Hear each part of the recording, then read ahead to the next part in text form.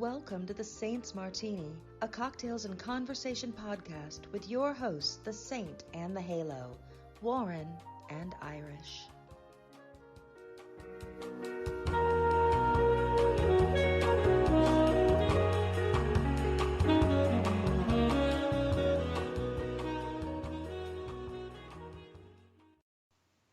Yes, sit back, raise a drink, put on a fez, your favourite smoking jacket, because it's time for another edition of the Saints Martini, a cocktails and conversation podcast with myself, the Saint Warren, and of course, Irish the Halo.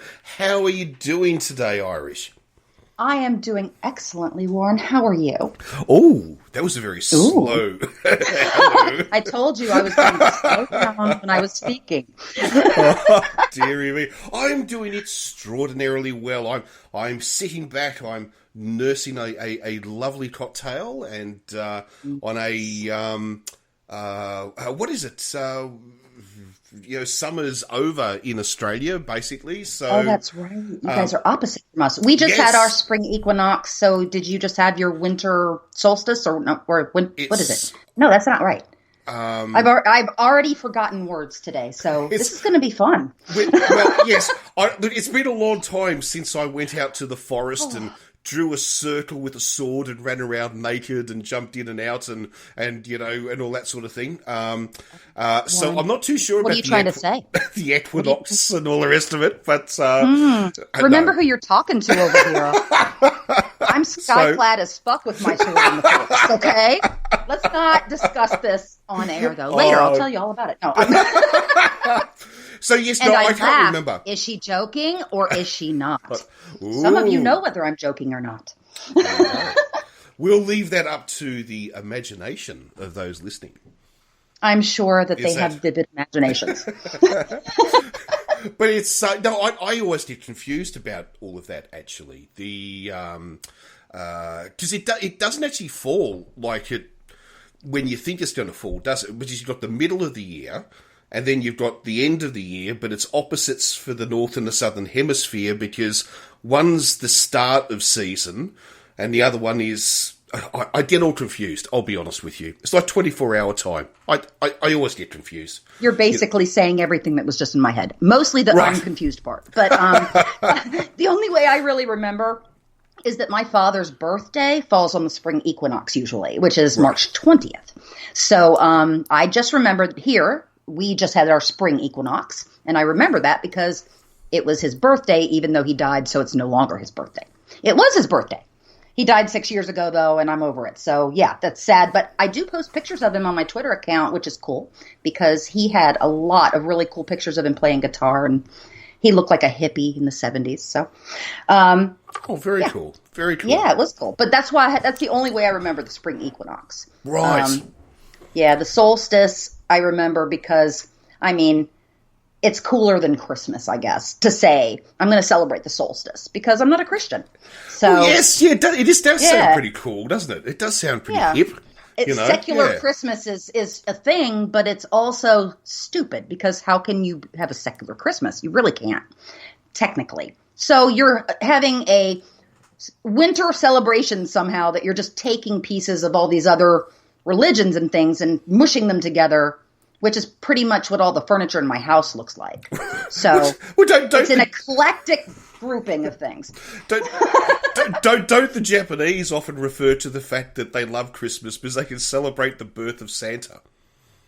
It's like, I don't know. I've never heard that, but that's it was something. I remember seeing that it was a documentary somewhere. They were going around Japan. It was a number of years ago though, but they were going around Japan because there were all these Japanese doing their Christmas shopping and their Christmas trees and Christmas lights and everything. Yeah. And they're sort of saying, "What are you celebrating?" Because obviously you're a Shintoist country, and it's like, but it's the birth of celebrating Santa's birthday. Oh, that's adorable.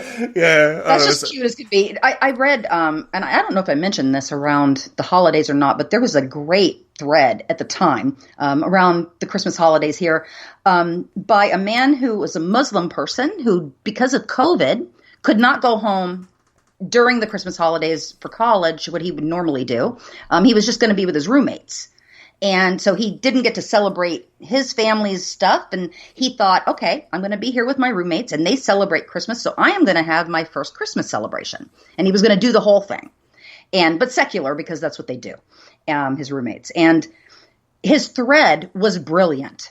It was literally like a really funny but very honest look at the weird things that a secular Christmas is and the things that people will do. From the eyes of somebody who has another religion, who's never celebrated Christmas. And oh my God, it was brilliant. And I wish I could remember the guy's name. But if you guys somehow look it up or whatever on Twitter, and if I can find it, I'll repost it on my page because, oh my God, it was so funny that I actually took it next door to my neighbors who were Muslim and showed it to them. And they laughed so hard. They're like, this is all true. So it was great. And I love them anyway. So I did make them some Christmas cookies because I make cookies. And for those of you who are waiting for me to mail you cookies, I know that I've really been slacking off, and I'm sorry. It's been a really hard beginning of the year, not to mention last year, but they're coming because I have gotten some new beautiful ones, and they're going to be really surprised when they get there, and they're going out tomorrow. So that's all. There you go. I just had to say that. Cookies are on the way. Don't bother me about the cookies. They're coming. It's like weird. They're on their way. I always love the my granddaughter always watches what is every year the Santa tracker. You know, where you can track Santa flying around the planet, and I always love it at the very start, like before. Like on Christmas Eve, you can look at the Santa tracker, and it's doing a countdown, and Santa's like literally on the. And if you watch the NASA one, the one that's done by NASA, Santa and the sleigh are literally on a launch pad, like ready to launch like a rocket. Well, you know, and I know it's not Christmas, and we're talking about it, but I'm just going to mention this because my son, who is now 21, we did a Santa thing every year. It was like a big deal, and we would go to my parents' house, and my stepfather, who was this great big guy with white curly silver hair, he bought a really, really nice Santa Claus suit so that he could put it on and play Santa for my son. And it went on for so long, and I didn't tell him that there wasn't a Santa, and I still haven't told him. I'm hoping he's figured it out by now, but this is why I didn't tell him. Because when we were doing the tooth fairy thing, we had done it over and over and over, and he'd put his tooth under the pillow, and I'd put some little money under there, and I wasn't giving him 20s, people, and I know some of y'all are doing that, but we don't pay that kind of money for teeth in our house. They grow in your head. They're free, okay? $20 for a tooth. Wow. Parents are stupid sometimes. Yeah, I've been stupid as a parent many times. So you do the things that you think are good for your kid, and then later you go, oh, I shouldn't have done that. But anyway, what happened was after like the 10th tooth, he said, Mom, my tooth fell. I said, put it under your pillow. The tooth fairy's going to come. Guess what? Mama forgot to put the money under the pillow. And I don't know what the hell I was doing. Probably wine or something. But he comes to me in the morning with this little tooth in his hand. He's really confused and upset. And he goes, Mom, my tooth is still here. Tooth fairy didn't come. And I don't know what I was thinking. He's like 8 at this point. You'd think that he would have known, but no, he didn't know because we're because we're that kind of parents. Okay, we were that kind of parents. We love the fantasy things. We just didn't think it was any harm. So I just said to him, because I had screwed up, and I went, oh, okay, buddy, I'm really sorry that you didn't get any money under your pillow. I said, but I'm going to be really honest with you right now. There's no such thing as a tooth fairy. And I started to say something else, but that child's face immediately went from confusion to like 17 different levels of deeper and deeper confusion that turned into anger. Okay? An 8-year-old stood in my room and looked at me with the most fuming face and very just quietly, that quiet anger that you never want to hear from anyone, let alone your adorable little curly-haired, blue-eyed boy. You lied to me. And he turned around and walked out of my room, slammed the door, and didn't talk to me literally for 2 days. Okay? Now, this is my only baby, okay? He was my only baby. He is spoiled rotten. That's why that happened. And I was so devastated by the fact that he was upset with me. I looked at my husband and I said, we are never telling him about Santa Claus. Okay? So we didn't tell him about Santa Claus. So we joke now because we told him at the time, when you turn 13, once you become a teenager, or once you stop believing in Santa Claus, no matter what age you are, then Santa Claus is no longer real. Santa Claus no longer comes to your house. So you have to keep believing in him, or when you turn 13, you don't believe him in him anymore. He doesn't come for you because you're no longer a child. You're a teenager now. Well, it went on for so long, my stepfather putting on the costume, that by the time my niece was born, who was 6 years younger than my son, my stepfather didn't want to do it anymore. He wanted to participate in Christmas, but because he also knew he was too old to put it on in front of Noah, because he would have figured it out. It was like, oh, that's Poppy. Yeah. There's no way you couldn't know that was Poppy. When he was little, he didn't notice. But what we did was, because they wanted to do it for Mackenzie, because she was so little, they took my son in the other room, my stepdad and my mom, and they said, Noah, we have a very secret mission. As you know, Santa Claus is a really good friend of our family's. And he comes here special every year just to visit us. And Noah's like, yeah, I totally get it. And they said, but this year, this was so funny. This year, he can't come. Why can't he come? Because of the war. Because of Literally, the war. that was the answer. Because of the war. And Noah just went, oh, okay. And he goes, what Santa Claus did, because he didn't want Mackenzie to miss out on Santa Claus the way you always got Santa Claus. He sent us a very special suit, his spare suit, so that I could put it on, and you got to help me put it on because I don't know how it works. You help me put it on, and we're going to go out there, and we're going to let Mackenzie believe that Santa came for her too. My kid was all in, okay? He still totally believed in Santa Claus, but yet he got to be a part of this thing. So we never did tell him. And even to this day, we joke about how he's going to be 35 years old, in a house married, with 2 kids. Christmas morning, not shit under that Christmas tree. Noah sitting in a chair, angry as hell, staring around at the people in his family. Which one of you didn't believe? I swear to God, this is like my nightmare now. And now I don't talk about Santa Claus anymore. But I had to tell you that story because it was brilliant in my mind. So funny, but also such a terrible parenting decision. Honestly, I think that would. I actually think that would make a wonderful short story. A wonderful short story. I just love that dark, twisted stuff, and that's what it would turn into. It is. It's like parenting twisted tales. You know what I mean? I actually reckon you can make his wife and leave his children. But I actually reckon I didn't even know if such a book exists. But a book of short stories about these weird tales of parenting. And I reckon, like, just short stories, it'd be made up of 10 short stories. Oh my God. And I'm thinking you're onto something. I reckon that would actually be an amazing book.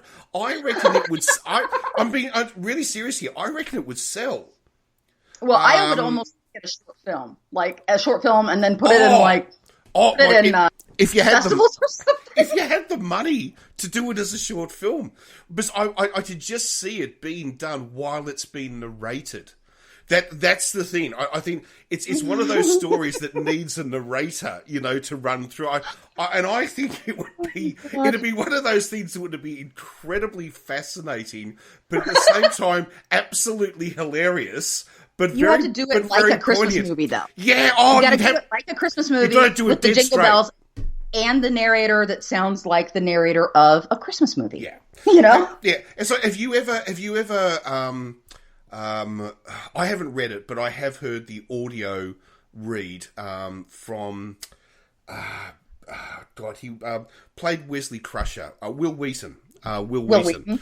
And talking about when he met William Shatner for the first time, when he was, you've heard it or read it? I have not, but it made me laugh just the concept of that. Because William Shatner. The chapter of the book is simply I think it's simply William Shatner is an asshole or something like that. That's right? True. That's true. I still love him, but he's an asshole. And he's one of those get out of jail free card guys, isn't he, William Shatner? It's a bit like we forgive him all the time, even though he's a prick. You know what I mean? It's like here's the Tom thing. Tom Selleck's the same. We forgive him all the time, even though he's a misogynist dinosaur. You know, but we sort of forgive him because he's Tom Selleck. You know, it's like okay. Anyway, I would forgive him because he was Magnum PI and nothing else. Okay, because there's nothing else that he's ever been in that I cared about, other than seeing him in his Hawaiian shirt and his Detroit Tigers cap in that nice Ferrari from the 80s. Beautiful. And we're not going to talk about the new show because we've already done that, and I know you like it. And I also enjoy watching the show, which is awful. So look, we both agree. But it's awful. But it's awful. I think when we did talk about it, we didn't go to where, but I'm still not going to go over it. Okay, yeah, but still, Tom Selleck, no. We both agree that we love the new one, but it's not as good as the old one. The original one. Love is a strong word for me. I enjoy watching it, but I don't love it. I could miss it, and I'd be fine. But it gets watched, so I watch it in the house. But I don't hate it when I watch it. I just go, oh my God, the writing on this is the fucking worst. So, but I do that with a lot of shows. So, because that's just me being me, my ego. And, being a writer who's not getting my shows on the air right now. So, we're working very hard. In order to be a good writer, you must be an avid reader. So the thing is that you, yes, because you can't write if you can't read. You can always tell. Literally. Well, I know quite literally, but I mean, you can always tell, especially if you read these books or these autobiographies, you can always tell these people were lucky if they ever read a book in their life. Oh my gosh. Do you know what I mean? Because absolutely. They don't know how to write. That's the thing. And the reason why they don't know how to write is because they don't read. You can't read one novel a year and then suddenly say, I understand how to write. No, you can't. You've got to read like 20, 30, a year, every year, to be a novelist, a writer. For the most part, I agree with you because I think you have to definitely look at other styles and just different things. But I have met 2 different people in my entire life that from the moment they started writing, never having written anything before, they were masters at the type of writing they were trying to do because it's what spoke to them. One of them was a poet, absolutely brilliant and amazing. And I'm not going to mention them because they don't put their stuff out there, but I've read it. So I don't want to say anything about it. But they are a brilliant writer. They still don't have confidence in themselves to actually go out and pursue it as a career, but they love to do it. And God, I hope that they continue to do it. Another one I know started writing as a child. And even as a child, they seem to grasp the concept of telling a story. And some people, no matter how well they understand words or can, form a sentence, really don't know how to tell a story. And that's the big thing because there's many different ways to tell a story, but you actually have to know how to tell a story, and then you have to find a story to tell. And you have to know what a story actually is in order to tell one. It's not an idea. Right. Like you could say, okay, 2 guys that want to do a heist. And okay, it's like, well, that's an idea. That is not a story. That doesn't have a story to it. It's just an idea. It's a setting, basically, for you to build the story on. So, I think that that's a big thing for writing. But I do agree with you. If you don't expand your horizons and learn and read and travel and explore culture and art and different things and just talk to, people in the street, the average person, whatever. If you don't do that, you're not well-rounded enough, really, to speak to masses of people because you don't know how to speak to them. You have to have a way to speak to every person that you speak to, that you talk to and want to tell the story to. Yes. And there's something else too. If you're going to write a book, let's say, I don't know, maybe it's called the Da Vinci Code. Maybe just tell people this is a fantasy novel and don't try to con everybody by claiming it's a well-researched historical fantasy book where every organization mentioned in the book is real, because it's not. Did they say that? He did, yeah. In fact, actually, in the foreword, it actually claims that all organizations mentioned in this book are real. It's actually in the foreword. And he has been interviewed a number of times. I've forgotten his name now. Actually basically sort of saying that, oh yeah, all these groups are absolutely, they're real. And it's like, no, they're not. No, they're not. None of them are real, None of them are real. I'm not defending them, but I'm going to play devil's advocate here because I have a couple really stupid people in my family. We've discussed that before, okay? And when I say stupid, I mean ignorant. They are ignorant people, but also incapable of learning, I think, because they lack the capacity for abstract reasoning. So I will say one of these people, just as an example, would read something that didn't say it was true. It could be fantastical because this is going on, and then read other not true things that mention it that make them think it's true. So they honestly believe it's true. So it's like they would pass a lie detector test because they're not lying. They believe it. They know. Yeah. They really believe it. And so maybe because this person that I was speaking of brought over a book to my home about the Golden Dawn, okay? Okay, this sounds like a terrorist group, the Golden Dawn. It's supposedly some secret organization and blah, blah, blah. Okay, I don't even want to go into it. And I'm sorry, is this like the deep state? Is this one of these made-up groups? Well, I don't think... Well, it is. It was made up, but it was made up early.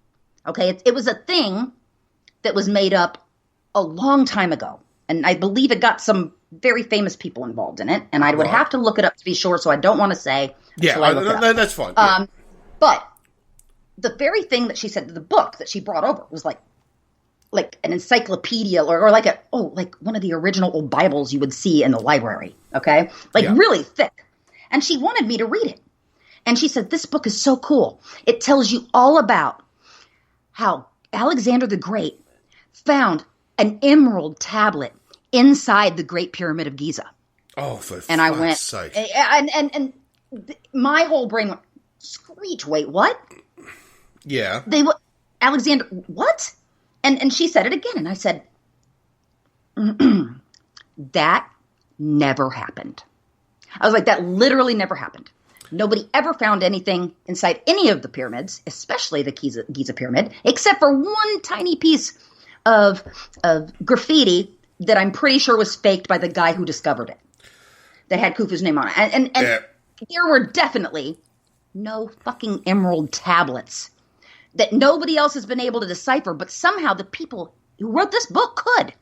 They are the Joseph Smith of their day, I guess. Yes. Okay? That's bullshit. All right? And I don't mean to insult any Mormons, okay? If you want to believe that aliens came down and, well, I don't care, okay? Jesus came to America. I don't give a shit because all of it's crap anyway.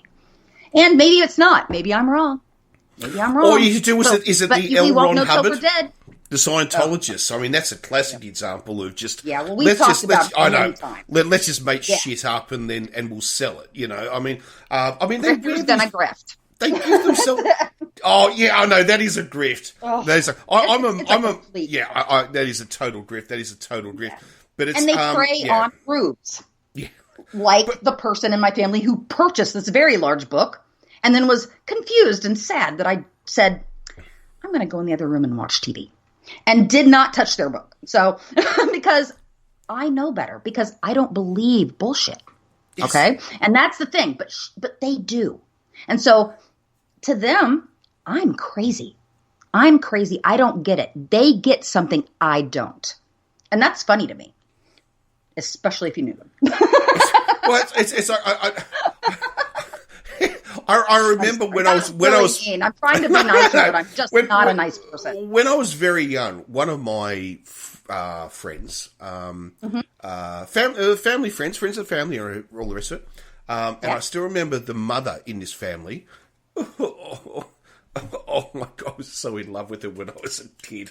She was so gorgeous, right? But that's all, I don't think we need to talk about that on this podcast. No. That's going to be the late night one I was telling you about. That's the one I'm going to do. Yeah. What was it, the Black Label edition or whatever the hell it's But what was I going to say? She was a huge believer in Van Daniken, that crazy guy from the Netherlands who wrote Chariots of the Gods. Yeah.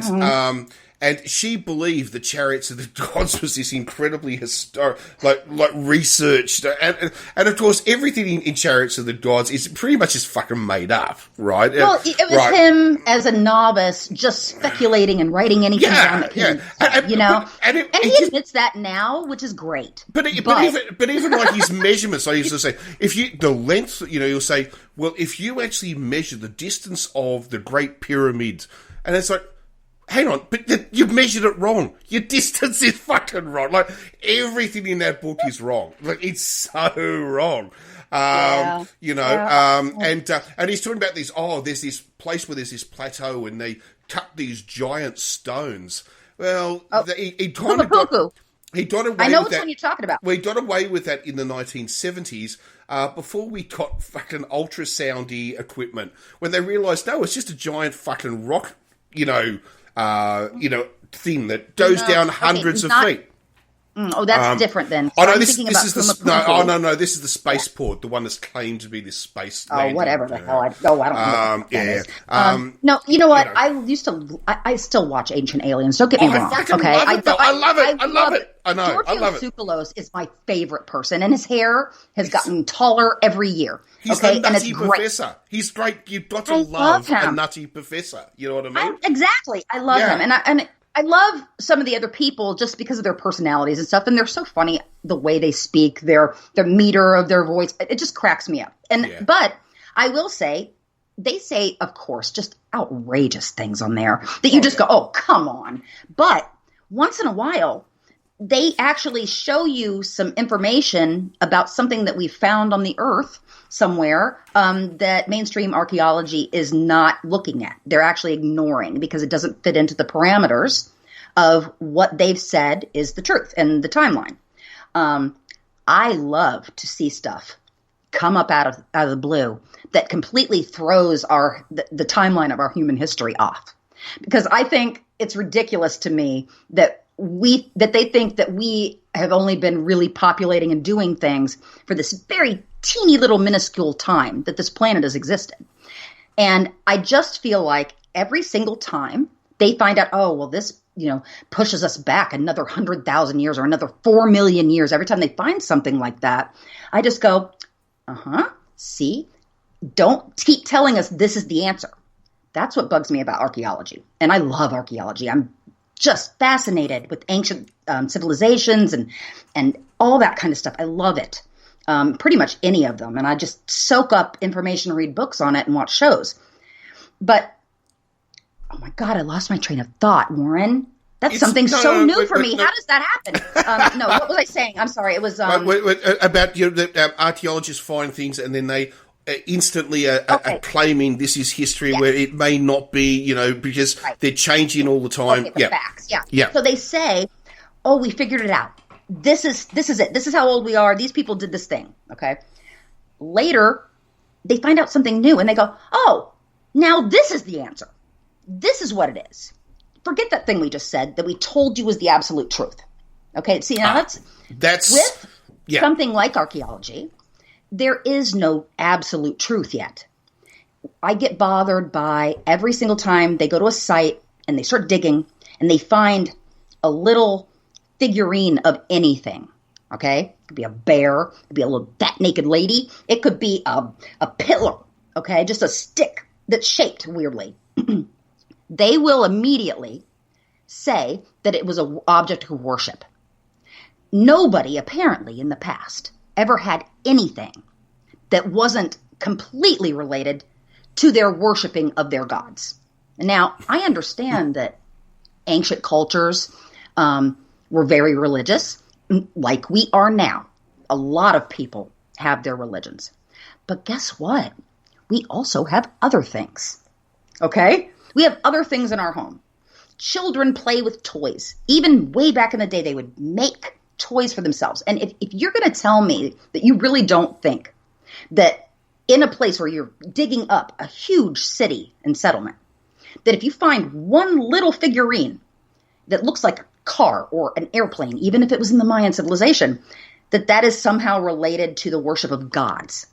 Because everything to archaeology, and a lot of times, is immediately going right to ritual religion. Like nobody ever did anything else or thought about anything else. I mean, honestly, ancient humans were very, very, very close and similar to what we are now. They had the same brain capacity as us, way back. And once we became Homo sapiens, we've changed very little since then. Correct. So I just feel like they keep acting like those people were just digging in the dirt and drooling when they literally had the same brain capacity that we did. And every single time they find new technology that just blows their mind, it's like, yeah, people figure things out with the tools they have at their disposal. Well, maybe, it's like we're not cavemen like that. We never were really. Well, I think this is the thing that it hasn't been until modern history that, and I suppose that really kind of starts around about the, now I've forgotten the new terms. We don't use the old terms anymore. We have new terms now to date things. We have BCE, which is before Common Era. And we have ACE after Common Era. Right, okay. Now, so anything which is ACE, okay, generally speaking, we start to record things. We start to write things down. We record what we're doing. But there's so much stuff that happened in the BCE era where technology was developed and then it was lost. Like the whole technology was lost. I mean, we now believe that at least in the year, we're going into the years 1000 BCE, that we were playing with electricity. Now, it's very simple. We're talking about very rudimentary, right? Mm-hmm. But we are playing... The Baghdad batteries and things like that? Yeah. Yes, and we are playing with... And don't believe the Van Daniken thing that they had light bulbs. That's all bullshit. There's no way known they would have had light bulbs. But not glass light bulbs, but I do think they had types of electricity that they used to plate gold onto things. Yes. Because you need that. Electroplating. And exactly right. The Egyptians had gold plated things. So we know that they had to have had a way to do that. And we found their big clay batteries with the things in them that are filled with like vinegars and wines and stuff. Yeah, that's exactly right. Conduct electricity. Exactly right. So, exactly right. Yeah. They had their engineers too. Yeah. It reminds me of a fantastic episode of Red Dwarf. You never actually watched Red Dwarf. I haven't seen that. No. One of the best comedy science fiction shows. Because it is. It's a comedy science fiction show. I love that. Ever made. It is so hilarious. Is there a link on something I can find? Because I keep forgetting about it. It's a lot. Is it available for us in the US, do you think? Oh, God, yeah. Oh, yeah. It'll be on Amazon or it'll be on... I'll find it for you after the show. Yeah, I'll find it for you. Okay. But it's called Red Dwarf. Send me a text with the name of it so I don't forget I did for you those albums. So, yes, yeah. No, I will. And but there is this one thing where they they find this bit of alien tech and they transport down and something I can't remember exactly what happens, but they get. Tell me exactly what happens. Well, this is one episode in 200 episodes. All right, you're not. I know. No spoilers. And anyway, Anyway, what basically happens is they screw up because the remote control for their time machine, the batteries go flat. And they're stuck in the year 30 AD, right? Or 30 ACE, right? And so they're in England. So it's like, and so the Crichton, who's the android who's with them, sort of says, I have this cunning idea, sir. Because he always calls Lister, who's one of the main characters, sir. He says, sir, I could make batteries by joining lemons together, right, to make a battery to power the remote control to get us back to 1 million ACE, because they're meant to be 1 million years in the future, right? Is when it's set 1 million years in the future, right? And and it was like, so he says, well, where will we get lemons? He says, well, there were plentiful lemons in a place called India, so they have to walk all the way to India.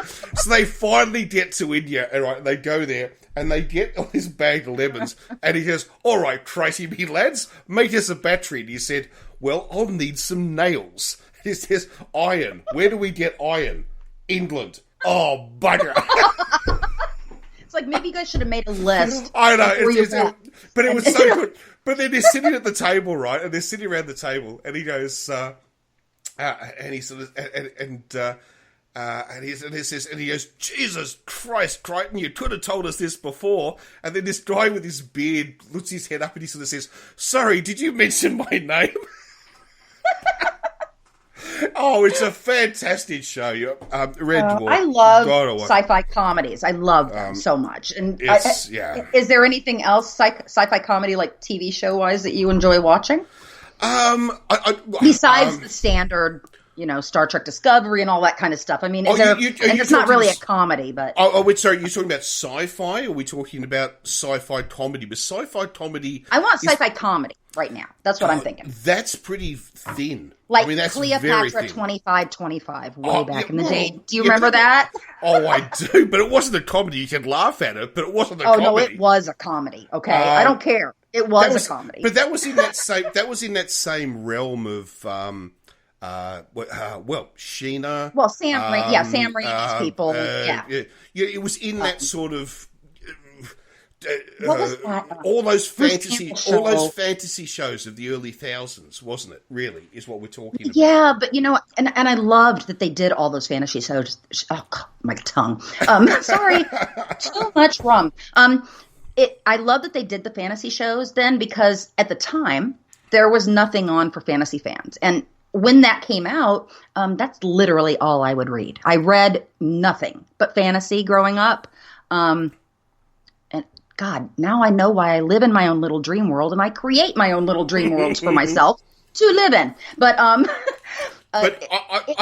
they did those shows, but they were so corny and goofy, but I still loved them so much. In the year 2525. 25. Don't make this I remember the show. I watched the whole show. I watched every episode. And they lived in this underground complex, and they would have these special spider webs that they would find. They were like Spider-Man, and they would swing around, and Cleopatra, they're offsided to make the three girls. She was like the Flash Gordon of her time. She was like she was a stripper from the but they made her a stripper. I mean, of all things, but that's because they needed the TNA in the show. Let's be honest, okay? We know what those shows are. It's just like Sheena. We talked about that, and I mean, my God, Steve showed you the costume from the actual. Oh, am I envious? Yes. Not only does he have Gina Lee Nolan's costume from the show, he's got the fucking car. He's got the Land Rover. Well, it was his car. It was his car. Production. Okay, yeah. Yes, and what was funny to me is that when he posted that, somebody came into his timeline and said, I don't think that will fit, Steve. I don't think that's going to fit you, Steve. And I was like, you don't know that he has a hot redheaded wife now. Okay, so that's probably who's wearing that at all. I'm sorry, Steve. I'm going to keep the rest of that. For anyone who's a little bit confused about what on earth we're talking about, because we sometimes forget that you are listening to our conversation, is that during, not this week, but last week on Twitter, You sent. I started. You sent some photographs of some Sheena memorabilia. Yes, in Gama's uniform. It's what I had found when I was manically cleaning my house. Which you had collected on your days working on the TV show Sheena. They were gifted to us after. Yes, from the 2000. Lots of things. 2002 Sheena incarnation with Gina Lee Nolan. Yes, and anyway, and then this became an episode of Top Trumps, as every email went, well, I've got this, well, I've got this, well, wow. I've got this, and then when he came back, and this is when I think I actually sent a tweet, which I think simply just said, holy fuck, and I think that was all that was there, and it was. You said you may have fainted at one point. I think it may have fainted. I know. And when you saw the costume, it was Gina Lee Nolan's Sheena outfit. He actually had the screen outfit, and I thought, well, he created the show. No, I know that. I'm just telling them. I'm telling them. Oh, sorry. Yes. Please explain who he is No, I'm saying please explain to everyone who he is, because otherwise they don't know what... Yeah, Stephen Sears is a writer extraordinaire, honestly. And it was so funny because I have loved his writing for years, way back before I ever met him and worked with him on anything. And my mom worked with him like really closely all the time on the shows because she was the upper position and I was beneath her for most of the stuff we were doing. But so I was on set or doing stuff in the office while she was dealing with them. But it was cool to me because he wrote like my favorite episodes of Xena in season 6 when they were with Eli. I'm not going to get into it, but for the stuff that we were writing or getting ready to start writing, the stuff that he had written on those episodes of Xena made me go, hey, this guy understands the concept behind what it is we're trying to get out in our show. So, hey, I'm friends with him still on Facebook. Let me just reach out. It's been a million years, but let me reach out. So I did. And if you guys go on IMDb and look up Stephen Sears, you will see that he has been a writer starting way back early, like on Miami Vice. And I think it was like Simon versus Simon or something. And just tons of shows.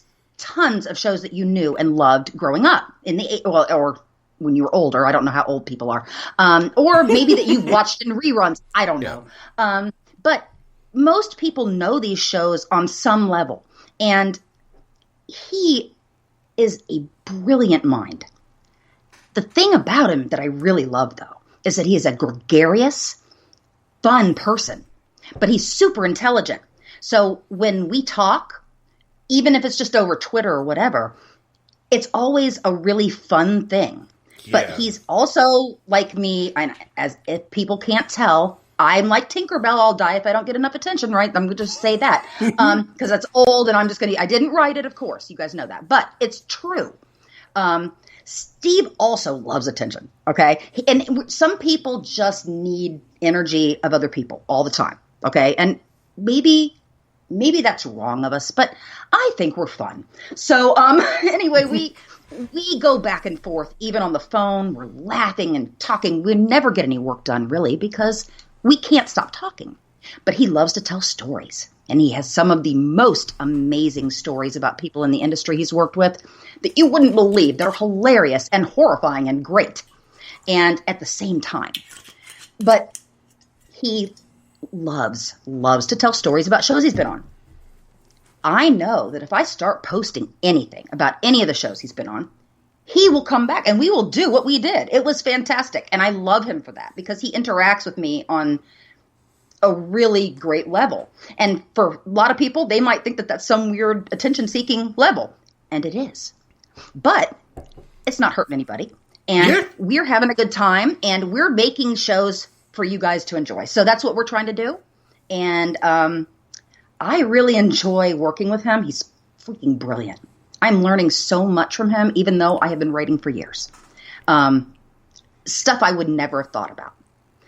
And I also have realized that as you've been writing for a million years, you have a tendency to get stuck into one style and one voice. He doesn't do that, which I think is great. He's able to really write in so many different voices. So I'm a fangirl. I was a fangirl to begin with, and now I get to work with him and learn from him, and I am just over the moon about it, honestly. And I'm gushing because it's worth gushing over to me. Yes. And you know, I like some meat. That's what I don't really like some meat, but I also do. So I'm a complex individual. It's no. I'm sorry. I have layers, okay? But it's so, but yes, so, but I'll go back to. I'm sorry, but that's the best story. We were posting tons of Sheena stuff. Yes, we worked on the Sheena show. Stuff. Yes, I was cleaning my closet out, and I found the military uniform for a character named Ngama on the show. He was the guy who was like the military leader and the ruler of the country, and he was a mean bad guy, which is funny to me because was he taught at the Idi Amin or like kind of like that. I mean, really was. Yeah. Yes. Yeah. He absolutely was. And what kills me about it is that if you guys knew the actor that played this role, his name is Jim Coleman, and he is the nicest, sweetest person on the planet. And he still lives here in Orlando. And as I was telling you, Warren, I had been meaning to get his costumes to him. That's why I took them. I don't have any reason to have Ngama's military uniform or his dashiki and stuff. I have some really nice ones of his, a purple one and a red one, and I've got them all set for him. And also a really nice suit that Ngama wore, like a gray one, which sadly didn't fit anybody in my family. But but I actually have been trying to get those back to him for a million years. But he is a very busy actor, even though he's not doing huge projects all over. You probably have seen him in something, but he works all the time. And that's the real test of an actor. Maybe you don't make it big because very few people do.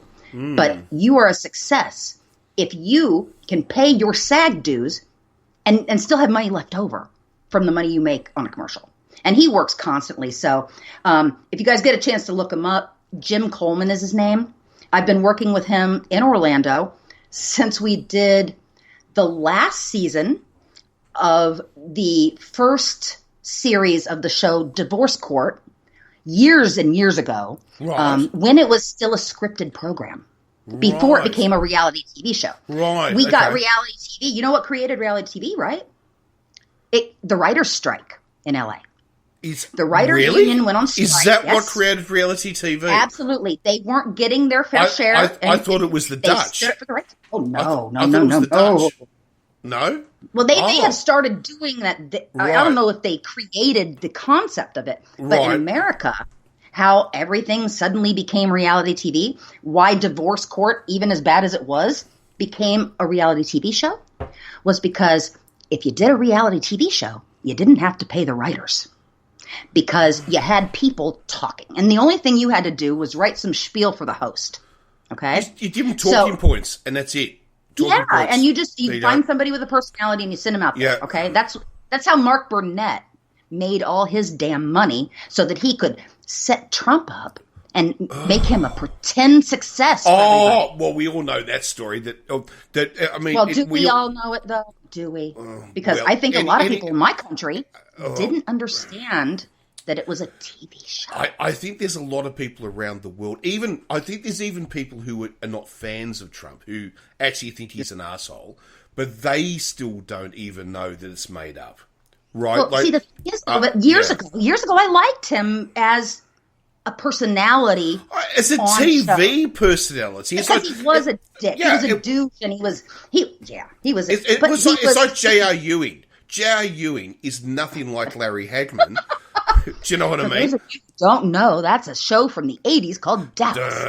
In the 70s. 72. It had to have been the 70s. Sorry. When I was in 5th grade, and that was 1980, so it had to have been on in the 70s. I'm old. Late, I think it was 78, 79 or something like that. I think Dallas started. Something like that, But Dallas was actually, Dallas was groundbreaking though, because Dallas was the first of what they called the super soap.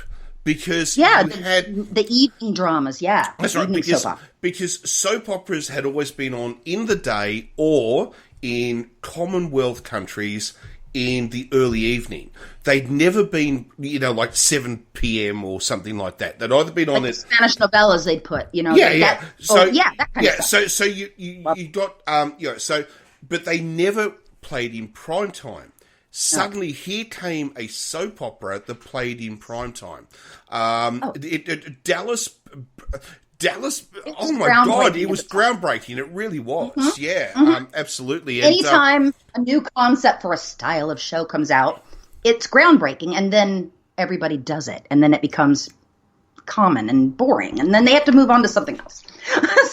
What's fascinating Falcon to you by Crest and Knots Landing came from that too, didn't they? One of them was a spin-off, and it was either Falcon Crest or Knots Landing. I don't know which one. It was the one set in California. Because that's meant to be the brother, JR's brother. Yeah, that's right. But I was a child. I remember the. Who shot JR? Oh, who shot JR? That was the biggest question of You society. know, here's a story for you. Did you know that Larry Hagman, right, after they shot and they ended that season, so it was on the cliffhanger, I've seen interviews and everything. Do you know they hadn't actually decided who had shot JR when they filmed it? They literally. Well, you wouldn't need to know because they didn't tell you till next season. Well, no, and they had the whole time. They literally said, "We're going to take the break to write the nets, and we'll work it out then." All they did was they came up with the idea: let's shoot him as the biggest cliffhanger that no one has ever seen this before. So, and we're guaranteed to get renewed. Yeah, and right, and so, but apparently Larry Hagman. Apparently he used it as leverage because he knew that he had real leverage because he could now up his salary because you need me to come back to that's right true. Yeah. But apparently he spent a lot of time in Europe during the downtime between the seasons after he was shot in the show, and apparently he met the Queen Mother, who is obviously we're not saying the Queen Mother, the British mother of Elizabeth, Regina, and she. So anyway, excuse me, what did you call her? No, I'm sorry. Never mind. Don't worry. That's a bad joke. You know what I said. Everyone know what I said. Totally legit. That's the real name. Anyway, so we'll just say, okay, let's just say Elizabeth Windsor. How does that? Elizabeth Windsor. Let's just, okay. Sorry. But obviously, so you met the mother of Elizabeth II, who was, of course, the wife of George the Sixth. George the Sixth? Yeah, George the Sixth. Anyway, so so she met him at a Royal Variety performance, which is something that the British do. They do a special show for the royalty every year. And he was there, and apparently the Queen Mother, so Elizabeth, right, she leant in when they were all lined up and literally whispered in his ear, "Could you please tell me who shot you?" So here we go. The mother of the current Queen of Britain actually was watching Dallas and wanted to know. People love American TV, and that was a new big style of show. It was so dramatic. Now I like to watch shows like, and it's gone now, and I'm so sad, The Royals, which is trash television, okay? It is, but it was so fun. It was so much fun. And Elizabeth Hurley was so great. And honestly, I loved the whole cast. But I'm sad that show's gone. But that's the kind of thing that we like to watch here about you guys over there. No, not you, but over on the other side of the phone. I'm Australian. I'm an Aussie. No. We only watch Crocodile Dundee for you guys. That's it. I'm sorry. We sit back and we face palm and go, "Oh fuck, is that really what the world thinks of us?" It's yeah, like throw another shrimp on the barbie. Yeah, come on. No, we are drink giant beers. It's like right? Paul Hogan and Mel Gibson. Can you go away, please? Just go away. We don't want to be associated with you. Australia is a latte drinking. Do you know, though? Cabernet Sauvignon sipping. Sort of. Half socialist, half democracy living country that still goes surfing every weekend. We want to be known for who we really are, not that bullshit. Which is the birthplace of Steve Irwin, the sainted. Well, okay. Well, this is true. No, don't you ever say anything bad about him. No, I would never would. No. I'll put it this way: you love him more than we do. I'll be honest with you. Well, yes, but I love him. We love him too. We love him too. We know who he was, and we also know how. I mean, I'll put it this way: he probably did more for tourism than he ever did for environmentalism. To be truthful, yeah, but he taught people about animals, and he really cared about them, which was cool. And interestingly, the man was doing exactly what he loved. The man was the one thing you could say about Steve Irwin, whether you liked him or disliked him, as in his style. The one thing you can say about him is he was legit. He was 100% legit. What you saw was the real man. Okay, where there's some retakes where of course there probably were. But the man was legit. I mean, what he said, it's exactly right. He truly believed what he said, what he stood for. I've done huge things, and the family, and also even the kids have kind of been brought. The kids, no. But listen, though, let me tell you something. I'm sorry, I don't mean to interrupt. I told you I wasn't going to interrupt you, and I meant it, so I'm sorry. No, oh, shut up. No, you don't.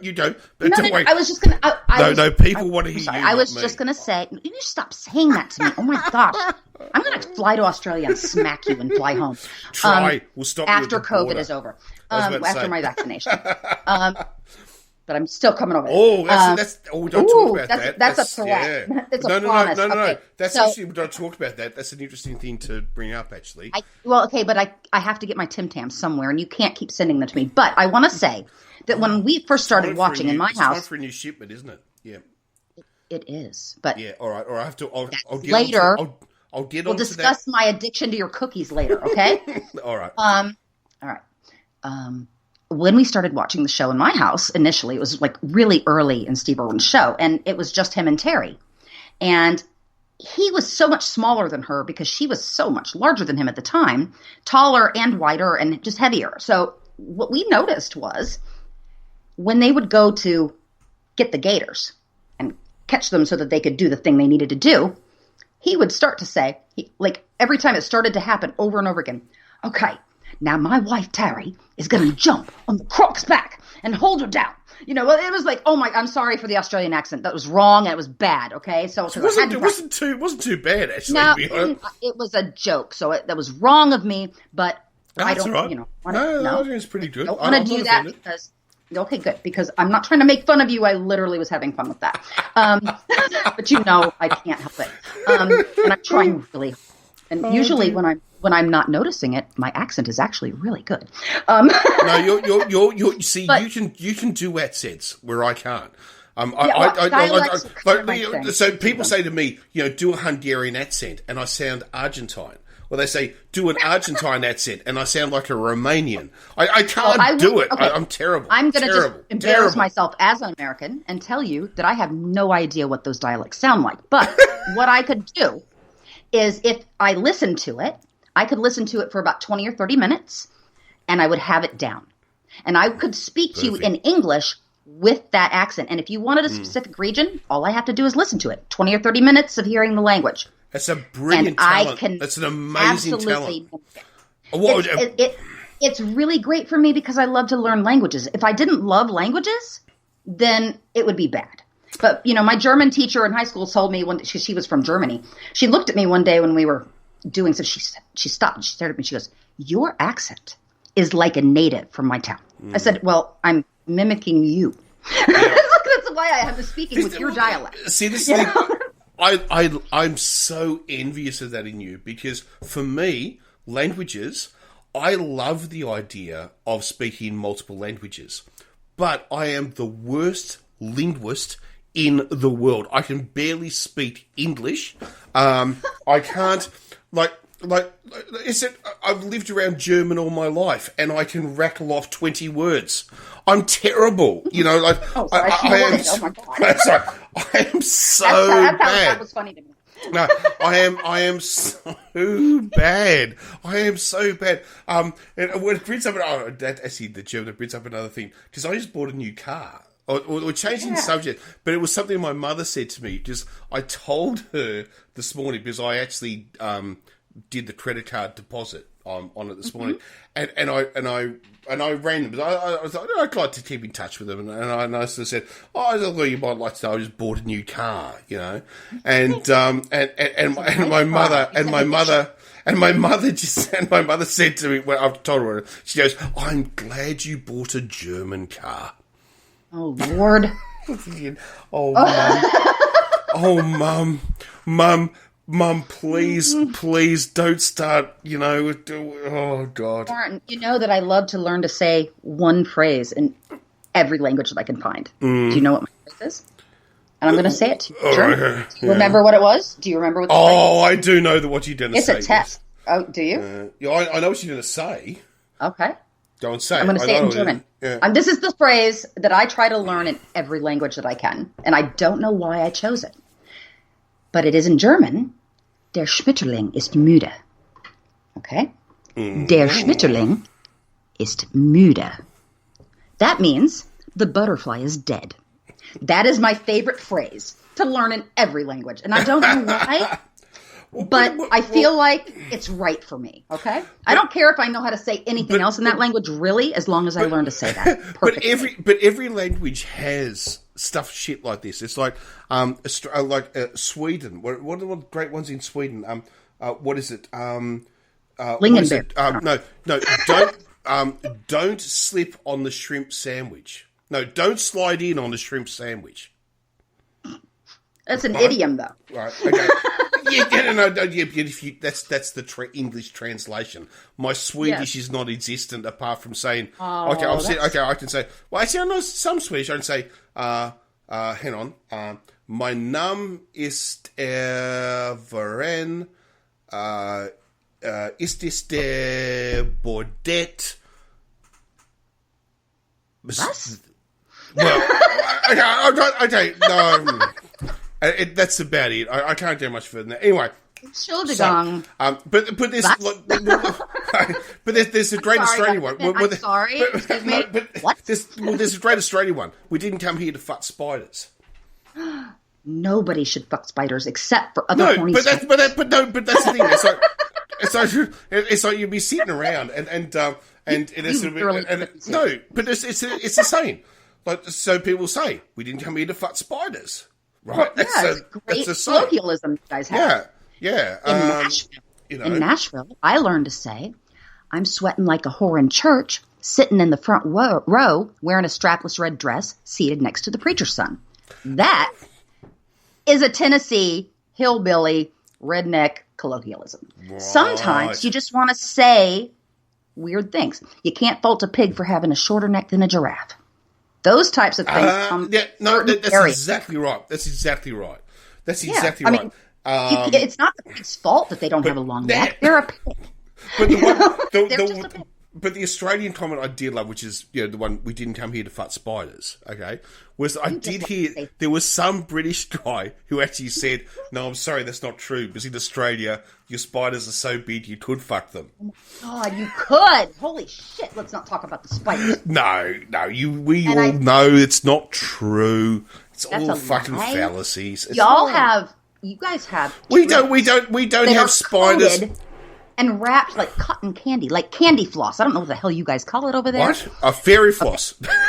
Oh, you guys call it fairy floss? Fairy floss.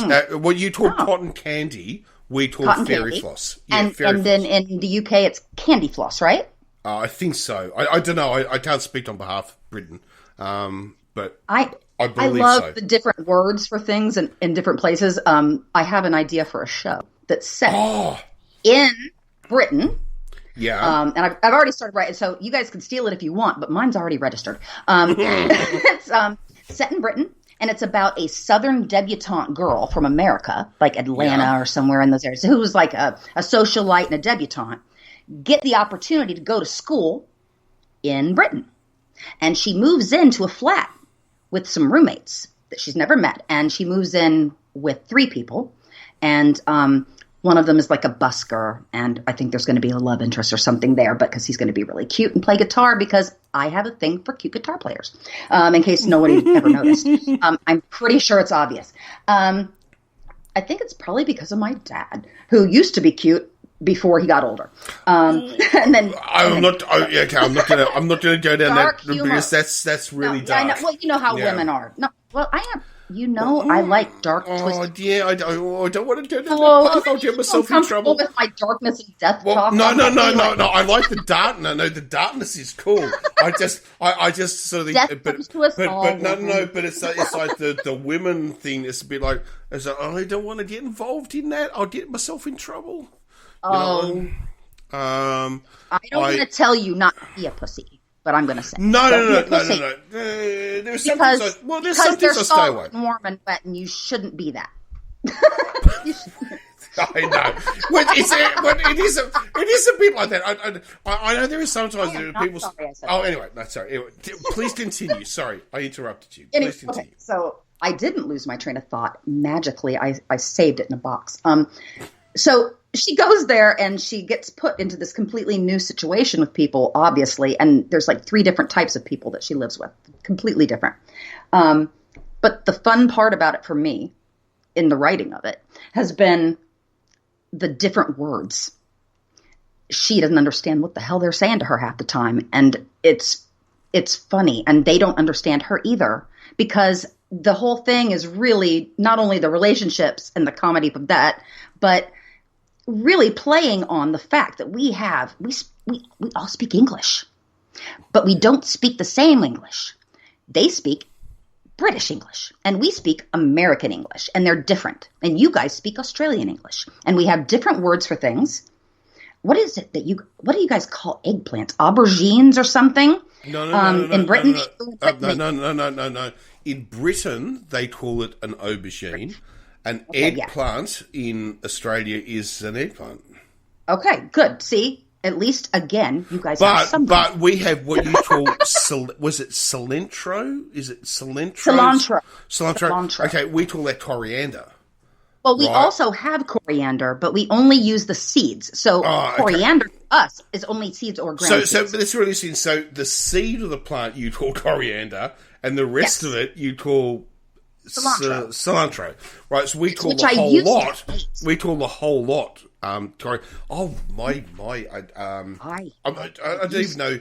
Do I just say it's part, or just say man? I think everyone knows who Amanda is by now. She's part of the show. She's there hovering around.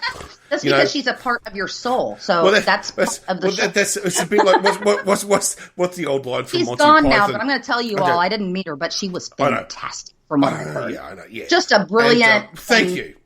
Person who was herself all the time and didn't ever be afraid of that. Was it? Oh, Thank God, you. Listen, my English. Oh my God, never afraid. He was never afraid of being herself, and I really admire that. This is very true.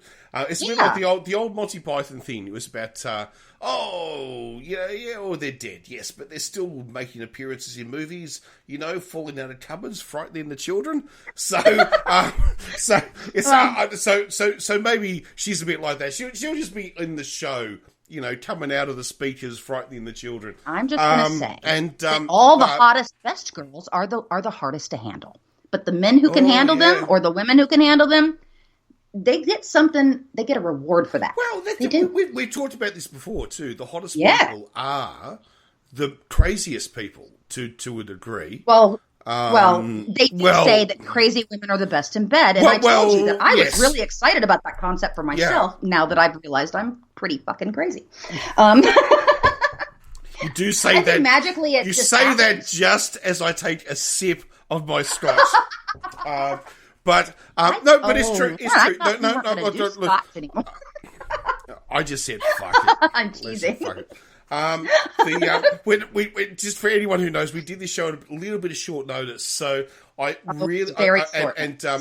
actually have run out of gin, so I couldn't do any martinis, and I'm not going to do the fucking vintage port. Don't worry, you won't hear about it, so don't worry. It's something that's just in my memory. Did you go buy the Trente? I can't speak now, but because I've been drinking, I cannot speak Spanish properly. I can't speak Spanish. I'm sorry, I can't speak Spanish. Cuando te toque, sentí la vibración del amor. You know what that means? No, you'll have to translate. Sorry. I got to say it more slowly because I think I messed it up. Spanish is a very, like, of all the languages spoken in Australia, Spanish is like 0.21% or so. It's wow. Low. See, it's everywhere here. If you don't speak Spanish, you can't speak to half the people in my state. It's great. It's the difference between, I'll put it this way, Dutch is more readily spoken in Australia than Spanish. Oh, wow. Well, that doesn't surprise me. I've got a lot of white people over there, but that's fine. Yeah, I know. I'm sorry. I have to say, it is a very white country. I know. I'm sorry. Y'all are melon. I'm sorry. We are very metal. I know. I'm sorry. That's coming with love from another ethically melon challenged person. But it is changing. It is changing now. I mean, there's a lot huge. Well, there's huge. Well, okay, pre-COVID, COVID kind of changed things, but pre-COVID there was huge African immigration into Australia. Australia's I don't know, African Australian. I don't know what the term is. Well, I really don't know. What people prefer to be called there. I don't know. I think that a lot of people here that are black like to be called black. I don't think that they always want to be referred to as African American because some of them didn't come from Africa. Most of them didn't come from Africa. I think one of the problems with Australia is if you say black, it's a bit like, well, are you of African descent or are you Australian descent? As in indigenous descent. Because you wouldn't see Native Americans as black. Oh, no, we wouldn't. Right? No, we don't. Where in Australia, they are seen as black. And they see themselves as black. Okay, so that's not, I'm not trying to... I get that. They see so the problem is if you say black, you're talking about two totally different cultures. Can I ask you a really ignorant question? Oh, yeah. Can I ask you a really, and this is admittedly super ignorant, okay, because I haven't been there, but I've only seen Aboriginal and Native people from Australia and New Zealand on TV, okay? They're not the same. They're totally different. I know they're not. I know they're not. So here's my question. And I hope this isn't offensive to anybody because I don't mean for it to be, and please. Don't worry, if it is, I'll let I'm just going to tell you guys now. Okay. If it is, I'll let you know. Yeah. Why are the native people of New Zealand white and redheaded? Because I have seen, and I don't know that they all are, but the ones I've seen, extremely pale skin, with freckles, and have curly, very red hair. And I was just curious where that came from. Because you're talking about the Maori people, okay? Yes. So if you want to... dark Maori people. All right, so you're talking about the Maori, the Maori people, the indigenous people, although there is this argument about who was exactly there first, but we're not going to go down that path. The indigenous people of New Zealand are the Maoris. The Maoris, you have to remember, they've been intermarrying... right, with people since 17 fucking whenever, okay? So, you don't have redhead Maoris. So their original line is more diluted with other races and things from other places, right? Is that what... Yeah, no. Since... Not polluted. I don't mean polluted. Oh, my God. That's not what I mean. No. That was a bad word. No. We're talking about... No. When New Zealand... I did myself. No, New Zealand had white...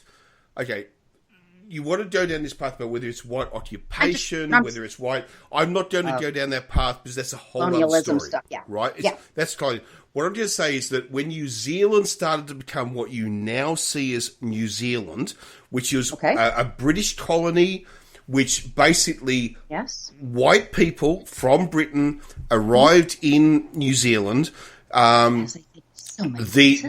yes, as they did, there was a culture that was there who said "fuck off," and there was a thing called the Maori Wars.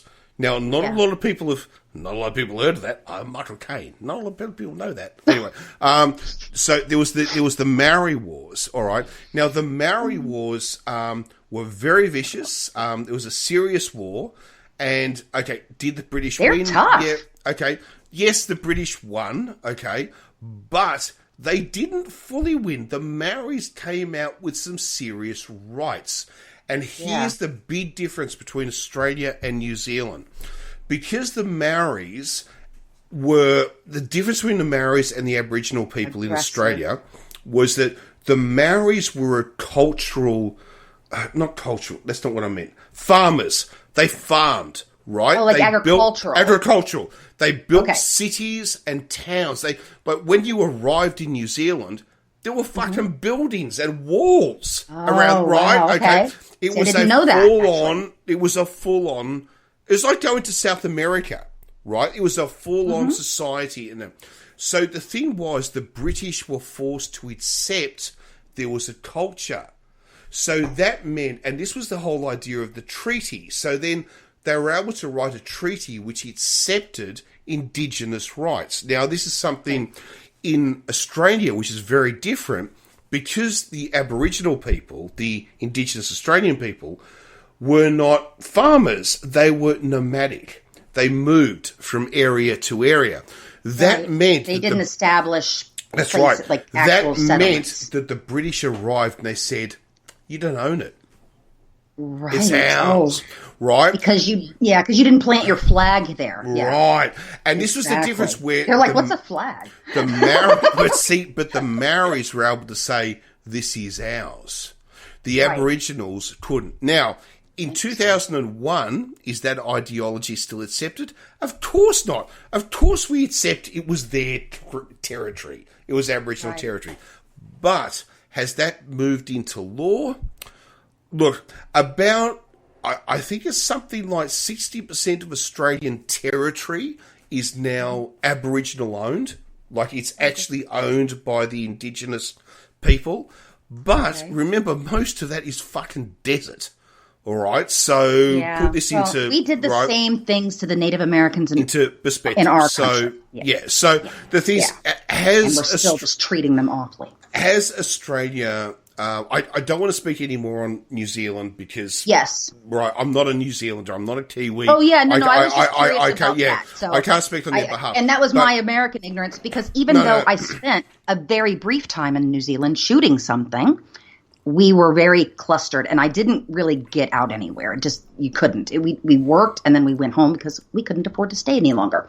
So I didn't get to do anything other than fly in and shoot the stuff and leave. So, yeah. But the thing is, the footage was stolen. Okay. Sorry, I'll put it to you this way. There must be, in the United States, Indigenous Americans who are pale-skinned with red hair. Yes, it has happened now. Yes, right, that is true. Now, but they hadn't had that previously, except I think there are some stories, and I'm not sure if they're really true or not, about some tribes in different places early that do have, from time to time, a blue-haired, it's not Marge Simpson, blue-eyed, or like green or blue, and eyes, and then also a red hair. Are they Canadian? No, I'm being deadly serious. Canadian? I'm not sure where they are. Because we do know was, that the Norwegians and the Danes hit Canada. They actually had people in Canada. Right. And I know now, I think we know now that the Vikings actually made it to Canada and then down. No, that's what I'm saying. That's what I'm saying. Yeah, the northeastern part of the U.S. So, so I'm wondering if they did intermix, like move into the country and then have to, join a group of people and intermarry with them. I'll put it this way: the Vikings, as such, abandoned what they called Vineland. Okay, and left. Well, however, there would but there would have to have been members who stayed and their descendants through mixed marriage. Yes. You get what I'm saying. But I'm using marriage for the term of fucking, right? Okay. Yes, yeah. Right, okay, so... breeding with each other, yes. I was called a breeder once by somebody. It was really fun. Fuck off. It was my great lesbian friend. I loved her so much, and she called me a breeder with love. But yes, there would have to be Scandinavian DNA throughout Northern America on the northeastern coast, Nova Scotia, through that part of North America. Probably more Canada than the United States, but it would have to exist. And, well, here's this amazing story, right? And I'd love to maybe research this a bit more now that you've brought it up, actually. And that is that in Australia, so 1788, white settlement starts in Australia when we have the giant orgy in Botany Bay, right? So, now... That's my kind of party. So, but here's the thing. There is now an argument that white settlement actually started in Australia in 1650, which is a big jump before, and it was Dutch. Again, science is wrong about the dates. I'm sorry. No, it was Dutch. And here's the thing. There are a number of white explorers in the 1860s. Okay, well, first of all, we'll go back. Yeah, because white people spread. Okay, right. Okay. In the 1830s, there was an Indian, British Indian, or Indian Army, right? Okay, right. Okay. Explorer I have a story in Australia, about that when you're done. Right? Yeah. Who was in Australia and who had travelled, they'd gone from Singapore into the north of Australia in 1830-ish, right? And they had made a travel down south to see what this bloody huge piece of land actually had inside of it. And they went down, and supposedly, according to the records, was that they discovered this group of semi-white people living in houses who spoke Dutch. Oh, wow. Ready for this? But this is 800 kilometres inland. Yeah. Right? And it gets really, really weird. But they never described. They didn't describe them as Dutch. They almost described them as Aboriginal people who spoke Dutch. I wonder if a missionary had come through who was Dutch or something, and they had stayed with them and taught them Dutch or something. I don't. You never know. Okay, so we have this story, but then in the 1860s, we then have an explorer called Stewart. Okay, Stewart, who then goes. He actually went from Adelaide, which is that centre bit in the bottom of Australia, right? Okay, for people who don't understand Australia, he went from south to north. All right, let's make it simple, right? He went from south to north, and when he got halfway. Well, not halfway, kind of 2/3 the way. He met with all these Aboriginals, and he had the most fascinating, encounter. They were by a waterhole. He was there with his people, right? And there were these Aboriginals standing at the other side of the waterhole. And the Aboriginals started sending him Masonic messages. Oh. How the fuck would an Aboriginal, a native Australian, know that, right? He sent back, because he was a Mason. Now, you do wonder, though, whether this is all made up. I was going to say, is this just a bullshit story? Because it sounds like a great story, but... Hang on, but wait. But this is recorded in the history. This is not like it's just a fantasy. This is recorded... so is Christopher Columbus discovering America. I know. Okay, right. So I know. So he does this. They go, all right. So we then have that, okay?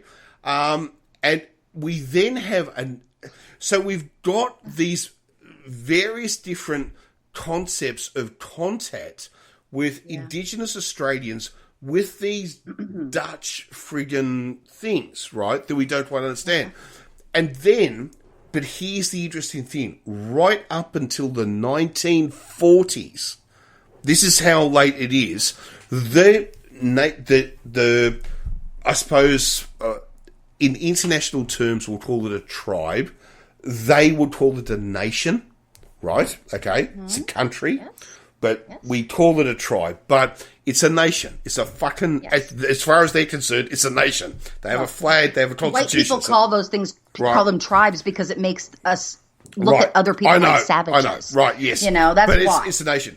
But up until the 1940s, up until the start of the Second World War, that particular group of Indigenous Australians used to cut all the males, and this was never done with any other Australian Indigenous culture.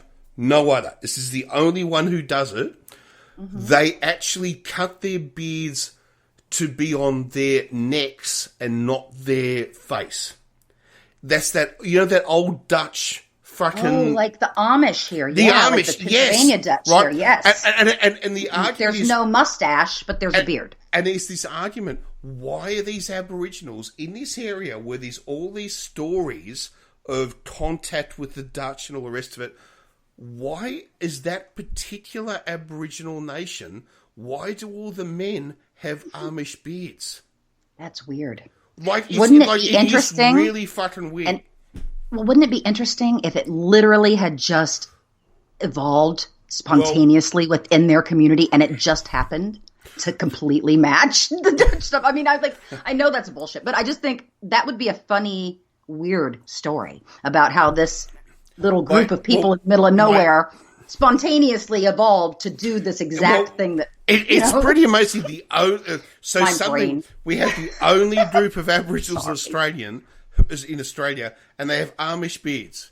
But it just happens to be the exact point that 300 years ago, British and Dutch people said there was a Dutch colony. It's fucking weird. Okay, however, now, here's the next question. Well, what do you DNA test them? How? Right? Because everybody is now so into fucking bread. Oh, well, I mean, right? Yeah, but there's all kinds of different things. But right. I get that. I have a sci-fi comedy on this. Oh, I have a sci-fi comedy. Yeah. Okay. A spaceship comes down and they land in two places on the planet. Okay. Now, again, this is not a story. This is a setting. This is a setting. This is a setting. This is set piece. I'm sitting back. I've got my Mont Blanc pen on the checkbook. Please talk. Oh no! If you wanna support a project, I have got a project for you. And I was trying to pretend to be one of those. I know, but they don't do that. I know they don't. It's what people think they do. Yeah, they don't. Ron, I wish they did. And I'm sorry, Ron Howard. I love your idea. And I'm sorry, Ron Howard. You made people think that's what they do. So anyway, I think what you should do though is we should make a crazy sci-fi movie about aliens that came down and landed in Australia there, and also where they speak Dutch. Where is that? Holland? Where the fuck do they speak Dutch? Is it Holland? Holy shit. Well, I am drunk. Okay, sorry. Okay. There is a nation called the Netherlands. Netherlands. Which includes Holland, because the Netherlands is more than one nation. No. It's like Britain. No. It's I like don't know geography. No. Okay. The Netherlands. Okay. No. Here we go. So I don't offend any of my Dutch friends, because I've got a lot of them. In Australia there are so many fucking Dutch. You can't walk down the street without meeting someone who's fucking Dutch. They all fuck constantly, or do they sometimes not fuck? Because I can't comment. I can't comment on it. All I'll say is they're fucking hot in the streets. They're all they're hot. It's the Dutch. They're just fucking hot. Anyway. So you're horny is what it is. That's the problem. I'm horny. So what? They're fucking hot. Dutch And you're person. horny, or they're yeah. Okay. Anyway, it works. No. But the way it works is, okay. Here we go. All right, we'll just serious now. We've got the nation which is called That's all right. We've got nation is called the Netherlands. Within the Netherlands, there are a couple of different nations, and then you've also got their exterior areas as well. So. If you think the Netherlands is like saying Great Britain, within Great Britain there is England, Scotland, Northern Ireland, and Wales. Holland is like England. It's within the Netherlands. Does that make sense? Yeah, sure. Okay, there you go. Totally. So, just however, as much distance is but math they speak to me. I don't do geography and I don't do the maths. All right, but they speak the language called Dutch because, and the reason why I know all of that is because I live in Australia and I have Dutch friends, because you can't live in Australia without having fucking Dutch friends. I don't know why it is.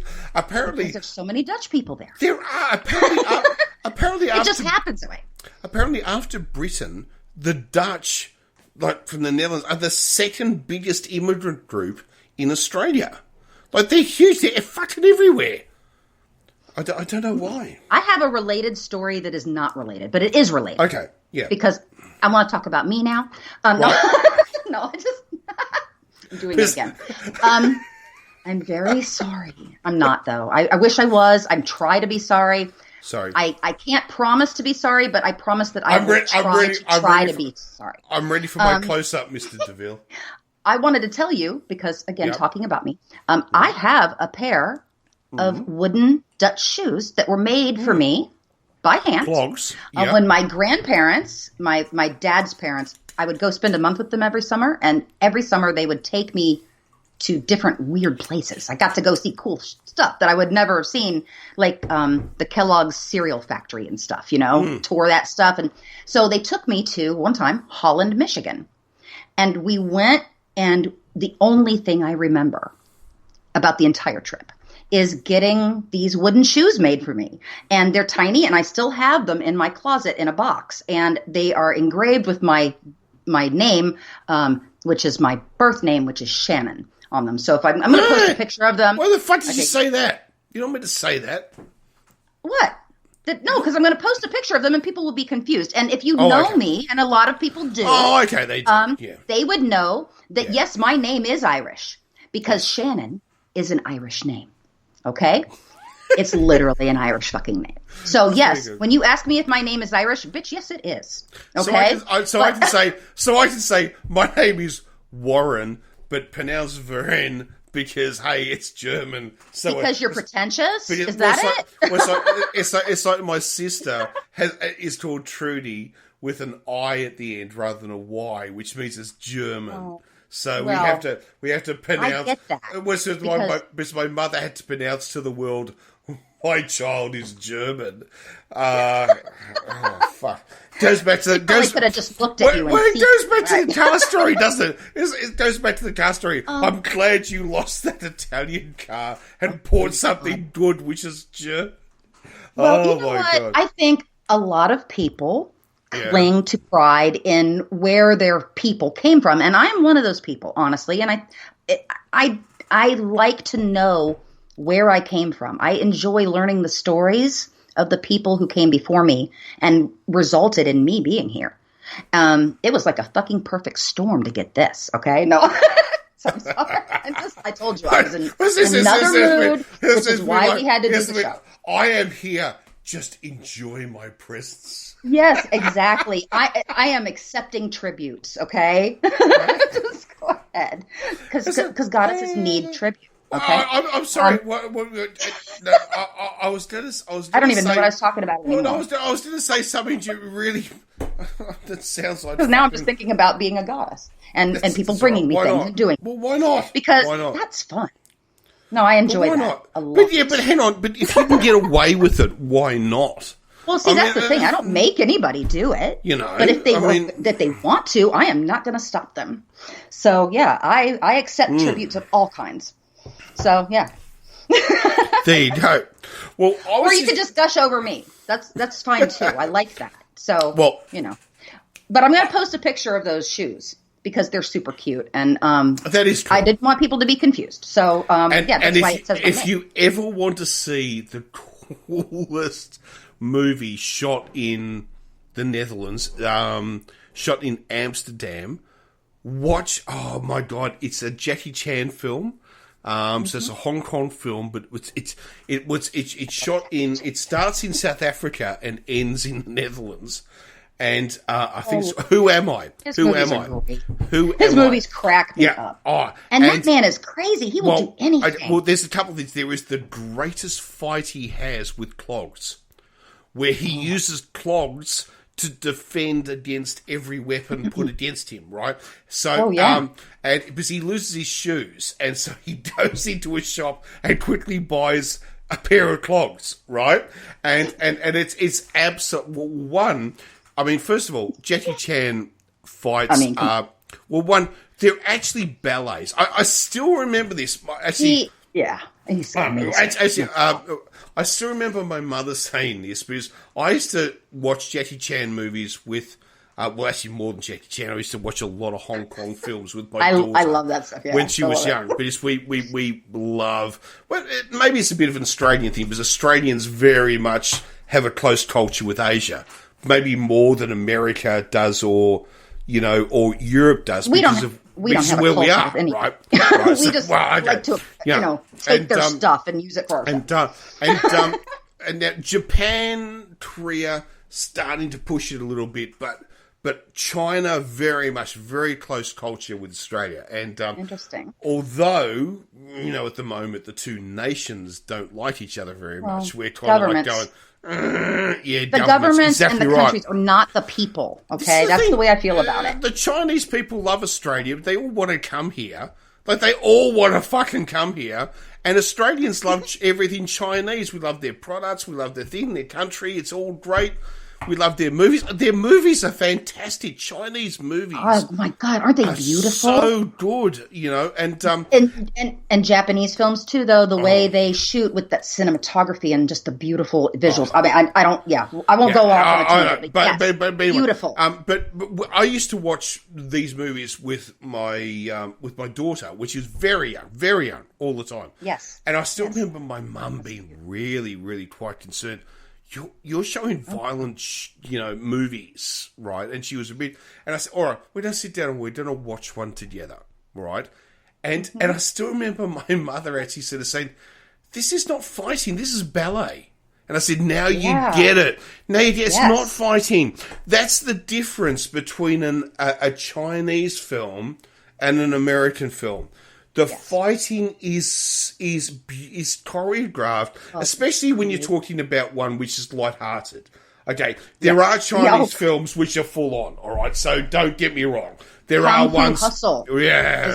Oh my God, I love that movie so much. So And my mother said, "This is a ballet. This is so beautifully done." I said, "This is the thing. How is she badly affected?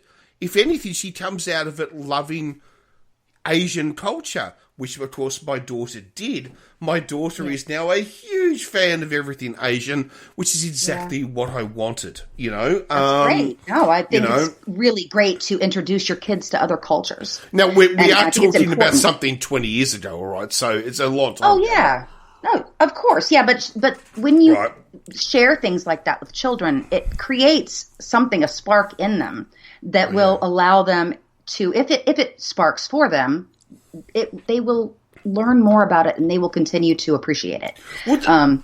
My son is obsessed with Japanese culture in many ways, mostly because I introduced him to anime, which was my fault, but I was right to do it. Now he introduces me to anime, which is great. But I really fantasize about being able to go to Japan and live for 6 months only. 6 months in the middle of the Akihabara district of Japan. Because, oh my God, I just would love that color explosion. And I don't know. My daughter has a very dear, close Japanese friend in Tokyo. And she has an open invitation to go and stay. That's a little bit, married kids. Fucking no, it's not that simple. You don't just do that. Yeah. And then COVID. that fucks some stuff up. Right. Because if only I had known. Because she met a young Japanese girl who was in Australia studying. Or did what do they call it? Exchange year or whatever. Exchange student, we call that. Who, because of the family they were staying with, was put into an Australian horse riding course, right? And my daughter was doing horse riding at the same, learning how, because you're Australian, you've got to learn how to ride a horse, right? So I think everybody should know if they could. Yeah, so, if they can. And, I mean, I hate the fucking things, but anyway, that's my problem. Oh. That's not the country's problem. So, anyway, but I still believe it's a bit like learning how to swim. If you live in a country like Australia, you need to learn how to ride a horse. Okay, so if you lived in America, I would say the same thing. You got to learn how to ride a horse. It's just. I think people should just learn to do things because it creates more connections and neurons. So anyway, she was a pony club. All right, it was every Wednesday. They would go to pony club or and so they would do all of that. And she met this Japanese girl who had been sent to pony club from, the family that she was staying with or whatever. Yeah. And they became firm friends for life. And even now, they are, now they're adults with children. And they're fucking still great friends who communicate. Well, that's great. So, yeah. I had friends that I shared a horse with when I was in 5th grade. And because my parents didn't have any money, they were sending me to a private all-girls boarding school. But I was a day student because we lived in the city that had only like 70 girls in it from all over the world. And they took horseback riding lessons. And in order to take the lessons, you had to have a horse. So we couldn't really afford our own horse, but there were 2 other families at the school that also couldn't afford their own horse. So we actually got together as a group of 3 families to co-own a horse. So I got to learn to ride English, by the way, because I'm sorry, I don't need my ass to hurt as much as Western riding does. What the hell is that? Y'all just bounce and flop all over the place. It's bullshit. Gross, No. Ask an Australian bushman. They'll tell you how to ride. An Australian bushman will tell you how to ride. I have never met an Australian bushman. But when I do, I will ask him to do that for me. Yeah, which is basically you move with the motion. There's no you can ride for hours without exactly right. Yes. Okay. And yes, I looked super cute in the riding pants and the boots and the little hat. Oh yes. And then the crop really deeply embedded itself in my soul. Let me tell you. Sorry, can I interrupt you for a second? We don't have to take twit pause because the Saint really needs a slash. But apart from that, there is nothing. Talking about writing. Well, I know, but there is nothing sexier than a blonde-headed woman with a ponytail. With the thing with the hair. What is it, ponytail? Whatever you call it, where you put the band in and the hair goes back. The back of your head looks like a horse's ass. With the traditional helmet, the pointy helmet. Oh yeah, right. Okay, not the round mod one ones. with the little. Not the mod ones. The ones with the point. Helmet. With the point, where it's got suede on the outside with the point on the front. You don't have those. I had a suede hat, but it was rounded at the top, right. Little rim right. I don't know. In the jumpers with the polo shirt on the horse. Oh my god! Oh, like okay, I'm sorry. Players, basically? No, the polo as in the polo player shirt, right? Yeah. Right, so okay. I'm saying, but you're hot for a polo player. with the jumpers. I'm sorry. That's like a bikini shot. That's hot. That's fucking hot. Well, I had a picture of me in those, but I was 10, and you will not look at me that way. And you would anyway. No, I don't want to see. No, I said no. It's not like that. Yeah. But I was a beautiful little girl. But I was also very spoiled and really humble. Did you realize that? No, I was going to say I'm not so much these days. But that's like my daughter. Yeah. I was a child. I was only raised with European cars and fine wines and expensive houses and horse riding lessons. No, sorry. Anyway, my parents had nothing, but they made sure I had everything, but except expensive designer clothes, which I wanted, because my mother, even when they could afford it, refused to purchase them for me and would buy me irregulars from Marshall's. Now, in 7th grade, I wanted Nikes so badly, okay, because everybody that I went to school with wore Nikes. I went to school with a bunch of exceptionally wealthy girls in Naples, Florida, at an area where they lived called Port Royal. Those houses now are $10 to $20 million these days. Okay. My father played music at clubs that their parents went to and spent money. Okay. So I was around girls I wanted the Nikes. I needed them to fit in because I was already picked on, just mercilessly. Girls in middle school, and I guess boys too, I don't know, they didn't bug me. The girls are miserable human beings, and they should be locked in a room until they turn 15 and then let out, okay? Because middle school girls are mean. But I got my Nikes finally because my mom took me to Marshall's, and I found a pair, I was thrilled, of tan suede Nikes. They're like a dark tan suede. I was like, oh my God, these are nice, right? I wore them to school, and no, guess what? They still weren't good enough because nobody else had anything like them, and they'd never seen anything like them, so mine were weird. It was like, okay. Even when I got the Nikes, I realized later that having it didn't matter for shit. I get that. I've got a story about that. Oh my God, have I got a story. Expensive clothes, but I can buy something off the rack at Walmart and be fine, and I look great in it because I can rock it whatever I put on. A $5,000 pair of sandals or, a $5 mini skirt. I can do it. I've got some stories about this, and because I'm the fashion fucking master. You gotta go to the restroom though, so go. I really, really don't go in the bottle. Don't go on the floor. Let's not have that. I've got some... You sent me a text to tell me that, so I'm just reminding you. I'm just letting people know. I just sent Irish a text saying, for fuck's sake, I need a slash. He's like, shut up, bitch. Come on. No, literally just go, we're going on break. Click. Just mute me. So anyway, we will be right back. Yeah. Timey-wimey, and it really was. We're back. We were talking about clothes and fashion, and can I tell you an amazing story about Amanda buying her first her first pair of designer glasses, right? My. Okay, but she'd always bought the budget welly, friggin', what we call in Australia it's like because in Australia, glasses are really cheap. If you need glasses, they're fucking $50. You go and get, because your eye test is free. It's paid for by the government, right? Yeah. And you can buy base model glasses for like $50, right? They're really okay. So getting glasses, I'm sure it's the same around the world. Like eyeglasses. Right? Yeah. Eyeglasses, right, yeah. So you can get glasses with a prescription lens for $50, right? They're dirt fucking cheap, right? So anyway, Amanda had lived with those. It makes me feel good about it. Right. So she lived with these all her life. And I finally said, will you please get yourself a decent pair of glasses? Because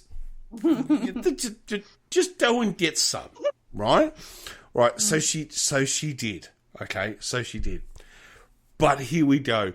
Because the problem was she'd broken her glasses when she went for the friggin' eye test and buying the glasses. So she went back to get a new prescription. Every prescription is free, right? You don't pay, like, you'd have 20 prescriptions a year. It's all free, right? It's all free. I'm envious of your healthcare system. Yeah. So, it's called Medicare. It's called Medicare. So it's all free, right? It's all free. That's what we're trying to do. Right. So anyway, so she got an update on her thing, and then they said, right, and then of course they do what they do in all the things. They take a photograph of you, and then they go and put the things on you, right? And she's there, and you can just walk around and put them on and look in the mirror as well. So she's doing all of that, but of course she doesn't have a pair of glasses. Remember this, she's broken them. Yes. Right? So she's blind as a fucking bat. Okay, can't see them. Right? Right. So just remember this, right? So she's there, and she goes, and anyway, so she chooses a pair, right? And I still remember I came home from work, and she's there, and she had her new glasses, and honestly, they looked beautiful. They were really, really nice. They really suited her. And she goes, they ripped me off. I said, what are you talking about? She goes, they gave me the wrong ones. And I said, what are you talking about? She goes, they're Anne Klein. And I said, so? Anne Klein's a designer brand. What are you talking about, right? She goes, I asked for Calvin Klein. I said, what? Right, and I said, and I suddenly and I suddenly realized what happened was she was so fucking blind she couldn't read what she was looking at. Yes, right. All she saw was Klein. Right, so she bought the Anna. Oh God, I think it's an hilarious story. Sorry, and she's sitting back going, and she would not believe me that it was not the shop's fault. She wanted to go back to the shop and demand a refund, and it's like, well, maybe they could have just traded the frames out for her, and it would have been fine. In the end, it was actually my daughter. It was actually my daughter who actually convinced her that actually the brand she had was actually kind of cooler. Oh, good. Because sometimes people need to be convinced of things like that when they have a brand in their head that they feel like they have to have. I mean, honestly, Anne Klein, Calvin Klein, what's the fucking difference? I mean, seriously, you know. Did you like the style of the glasses? No, was the name really that important? But that's the joke, you know. It's like that's the ridiculous joke. Because they're glasses, right? I know. Oh my God! And I buy cheap glasses because I am really hard on glasses. I lose them. I break them. I drop. I am a mess. I'm terrible. Glasses and computers. And I'm talking about sunglasses. But laptops and computers, oh my God, I will destroy them. And I don't know how I do it. I think it started because I was grabbing my laptop like by the screen to lift it off the ground and stuff and lift it up to me. I'm an idiot sometimes. I don't take care of things that cost money. So I know better than to buy expensive sunglasses. I know people who spend $500-$600 on a pair of sunglasses, and I'm like, they look just like these glasses I bought for $5 at this. Yeah, but they're not the same. I'm sorry, they're not the same. They're not the same. They don't make you feel the same. I will agree. I will agree with that. And they are also made a little more sturdy sometimes of better materials. But they also don't have the same lenses. It's the lenses. Well, I'm talking sunglasses though. So as long as they have UV, as long as they have UV protection. Oh, okay. I have a million pairs of sunglasses because, like hats, which I love to wear, and there's never anywhere to wear a hat without somebody looking at you like you're a crazy person as a woman. Okay. Unless you belong to a black church, because you can wear a beautiful Irish. Come from Australia. Hats are worn all the time. Can I wear hats there without people looking at me like I'm a crazy person? Because I wear hats. I wear hats. Okay, men can wear hats. No, wait. I'm not talking about. No, wait. I'm not talking about a baseball hat. I'm talking about a fedora. Right? Men wear hats. Women wear hats all the time. And when we get to November in southern Australia, women are wearing the biggest. They're wearing hats that are so fucking big they need fucking another second pair of arms to keep them on. Right? It's like Marie Antoinette. You get distracted by the thought of it before you can move. Yeah, I know. I'm sorry. I'm a bit of because I say it a lot too, but I'm slut by nature. Do it. But it's like no. Hats are a big thing because Australia is, as we call ourselves, a sunburnt country. We encourage hats. There is no one is ever looked down upon for wearing a hat. And we're not talking about the stupid fucking baseball cap. We're talking about proper, real hats with suits, with dresses. Women wearing... Well, I know you like the dress. Yes. Well, okay, women wear dresses with hats. Men wearing suits with hats. We do it all the time because we know the sun is this big orange bastard that burns you black. All right, well, and it's not racist. That was the line from nobody said it's racist. Right? Okay, black is an actual color. Yeah. No, there is a line. It's like from there is a song from Ice House called "Great Southern Land." It's one of our anthems, one of our Australian anthems. Great Southern Land, and it's like the sun. It will burn you black. And I'm from Florida. I get it. But no. What you don't get, it's not, it will burn you black as it will sunburn you. It will burn you black. It will make you Aboriginal. It will make you Australian. Say that there? Yeah. Oh. No. It will Australian. Burn you, Australia. It will burn you black. In other words, you live in Australia, the sun, the country will make you Aboriginal. They're Australian, we're Australian, we're one people, it burns you black. Do you get? Interesting. Like, I do get it. And I think it's, I do. And I think it's interesting that over there you guys could do that without half the country losing its mind. Well, because we don't do that sort of shit.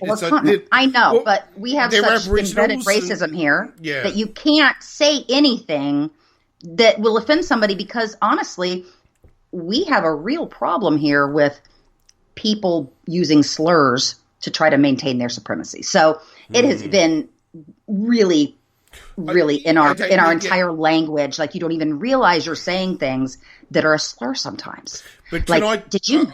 Sorry. Go ahead. I don't want to interrupt you because I know it's rude, but I really do need to say this because people will be listening and saying, Warren, you're fucked in the head. And that is, yes. That's true, but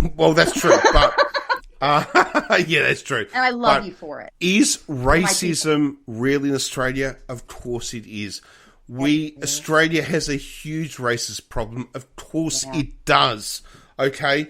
That's not what I'm talking about. I was talking about the lyrics of a song that were meant to bring a nation together. Nobody's going to be mad at you. Right. Okay. And if they do, they just want to be mad about something. Okay. Is there racism as Australia? Of course there's racism. I mean, oh my God, it's talked about in the parliament every second week. Where humans exist, racism exists. Because where humans exist, ignorance exists. And it may not be everywhere, but it exists. Last week, there was another case of a Black Death in custody. In other words, a person just died in a cell, for no reason. Gosh, that happens 1,000 times a day here, apparently. Okay, well, it's back. I didn't mean to diminish that person. Yeah. No. I understand that, and we just have a real problem. That's in Australia. What we call, you know, how you have Black Lives Matter, right? Okay. It's called murder. Yes. Sorry, it's what? I said it's murder. It's called murder. Yes. That's what I was. Okay, right. Yeah, I'm just, no, ignore me and move on. That's all right.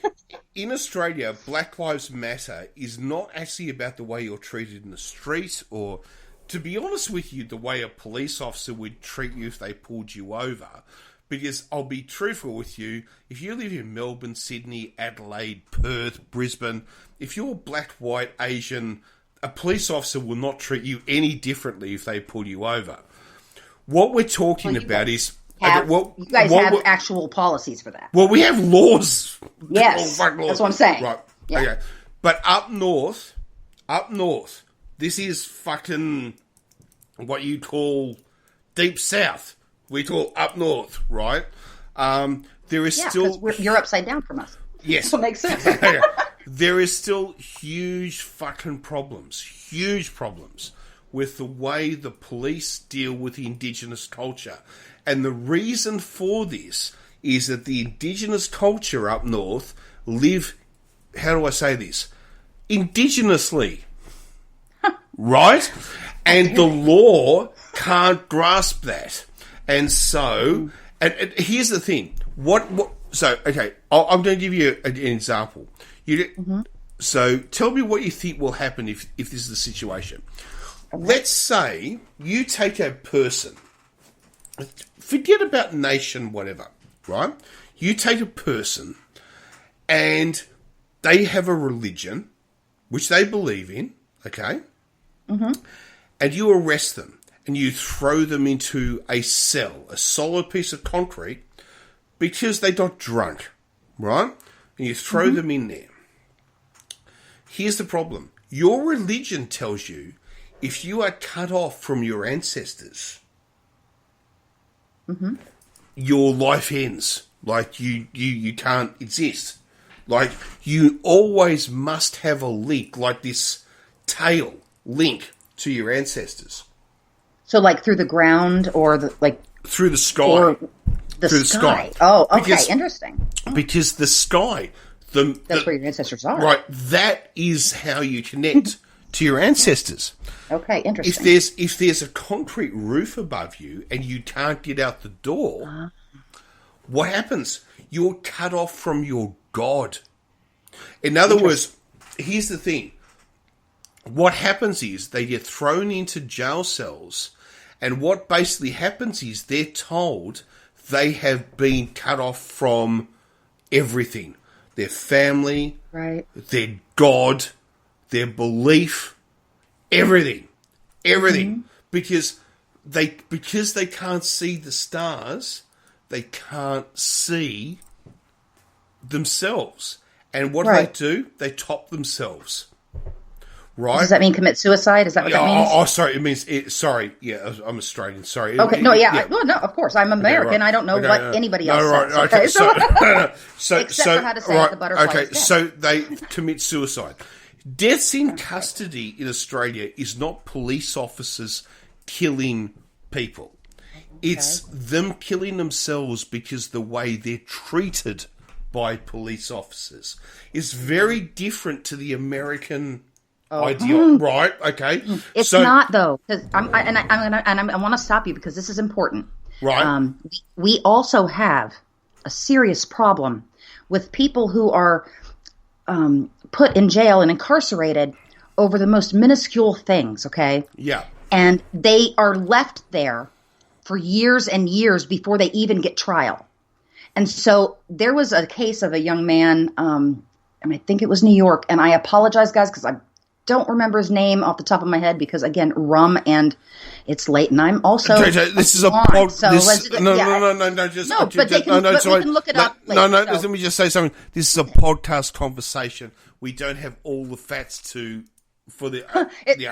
Some podcasts do, but we are just rambling. Okay, so I just want to bring this up. And I didn't know I was going to bring it up, so I would have looked it up. So but, they plan it, yeah. Okay, so a young man, African-American man, black man, okay, in, I think, New York, was arrested, and I think he was underage. I think he might have been under 18, and please, somebody come on Twitter and tell me afterwards, after you listen to this, like, fill me in. I'm going to go look it up, but go ahead and educate me if I'm ignorant, which I often am.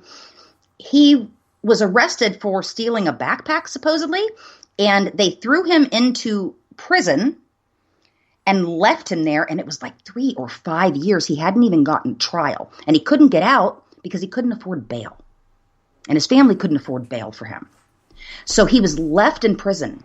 And that young man was so despondent over this.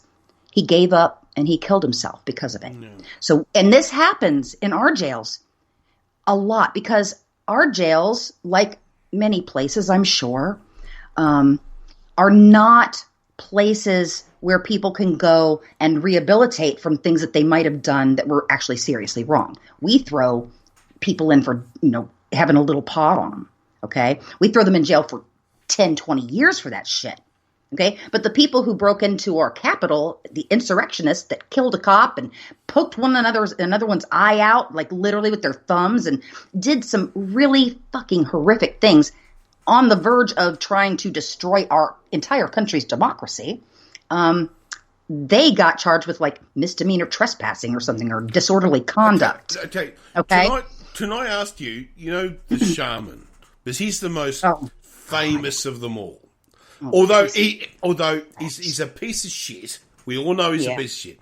But he actually probably did the least. He didn't attack someone. He didn't beat somebody. He didn't shoot somebody. He didn't. You know who did the least, Warren? The people who fucking stayed home and didn't. Didn't breach our capital. Okay, you know. And what I know. I'm sorry. You know what I mean. Know. I know. I do know, and you know.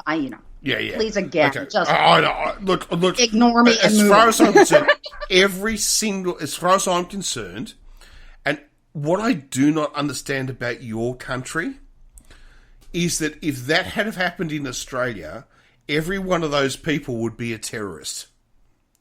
And they would be under the terrorist laws, which are much harsher than the normal criminal laws. Yeah, well. Because they tried to overthrow the government. That's a terrorist act, which means they would be under the terrorist laws. And in Australia, that means, instead of fucking, we'll hold you for 24 hours, we'll hold you for a month. These people should never fucking get out of jail, right? Because I'm worried about these people are gonna kill others, and that's the problem. And I know legally you can't keep them in jail, but I would like to. But what I'm trying to say is, what I was going to say is, so if he's the most famous, who did the least, what's happened to him? Do we know what's happened to him? Yes, we do. He is in jail. Yeah. He went to jail and then started complaining immediately about how he couldn't eat food because he needed organic food because he's a shaman. Okay, now I don't tell people what they should or shouldn't do with their religion because it's theirs. Okay, what they decide to do and what's good for them is for them. I think people should have good food when they're in prison. Okay, because they're being punished for something they did, whatever. It's supposed to be that. But I don't like the fact that somebody like him, and I'm sure other people, use it as a way to complain and try to get preferential treatment for themselves that other people aren't getting. Okay, when they just got there. And really what it's about is that he's a pansy ass who's scared now. Okay? But what I was going to say is, he's a whiny bitch who lives with his mom. Okay? I know. But will he do 20 years in jail? Will he do 20 years in jail? I don't know because he hasn't been to trial yet, as far as I know. I believe that they may have set the trial date and he's been put in prison. I think that's the test. Because if he does 2 years in jail, that says you can attempt to overthrow your own government and do 2 years in jail. And he said he wasn't trying to overthrow it. Oh, did you hear what he said? He said he went in, he says, and of course we all know this is bullshit, that he went in to offer prayers and bring good energy. He wasn't part of the 1st Infantry Battalion. He was the padre with the headquarters. Did you see his helmet? His helmet. He's a Buffalo Soldier, apparently. I'm sorry. That was wrong, and I shouldn't say that because the Buffalo Soldiers were badass people. And he is definitely not one of them. Weren't the Buffalo Soldiers black soldiers in the American Army who fought in the Indian Wars? Yes, isn't that what it was? They were. So how does he connect to that? No, I was making fun of them. Because I was about to say, I unfortunately dragged them into it, and they were innocent. Because he may look white. Doesn't mean his origins aren't black. So I was just say, is his origins black? No. He just was wearing some buffalo horns on his head. Because he was and I was making fun of. Oh, because he was an arsehole. He was a fucking douche. Yeah. He's an absolute douche. Listening to fucking and I say that because the douche is a tool that is outdated and useless, okay? We don't use those anymore, including the douche bag. Nobody needs those anymore. And that's probably too much information for people out there, especially men who don't like to know that stuff. But we don't use those things anymore. I know, but because, they're bad for us. So, but my mother's generation, they did that stuff. So these things are useless and outdated and dangerous, okay? Just like a douchebag and a douche. Can I just say, because you take drugs now, right? You take drugs now. I do. I take tons of drugs. No, I'm sorry. That's not what I meant. That's not what I meant. What do you need? No, I'm sorry. What I meant is it's now done by a tablet rather than the old-fashioned way, is what I meant. You know what? I totally forgot what we were talking about. What are you talking about? Tablet? A douche. A tablet? It's now done via a tablet rather than... What? I don't know what the hell people in Australia are sticking in their vaginas, but we do not stick tablets in our vagina to shit out. But a douche? Oh my God. The whole idea of... it's dangerous for you, don't you? I'm just going to say this so that men understand. I'm just going to say this. For people who don't know, a long time ago, and even when I was younger, you could buy... They were water douches or vinegar douches with scents in them. They were little squeeze bottles with a nozzle on them. You shoved up in there and you squeezed them and all this fresh smelling water came out. And it was supposed to be to make sure you were clean. But what they have discovered, because science continues moving along and we learn new things, is that we need the bacteria as healthy bacteria that grows inside of us. And douching is actually dangerous for women. It actually can introduce infections and all kinds of stuff. I know that. No, that's I didn't. I didn't say you didn't know it. Okay. I don't know who's listening. And Oh, okay. I'm going to just say, with all due respect, I have spoken to many men in my life who are absolutely fucking ignorant about everything about a woman's body. No, it's my understanding. We can't shut pregnancies off. Okay, we can't just turn them off. My understanding as a man, and I am a man, and please, but the reason for why that was done in the past is now dealt with with proper cleanliness routines, and if there are still issues, there are drugs which are available which assist with that.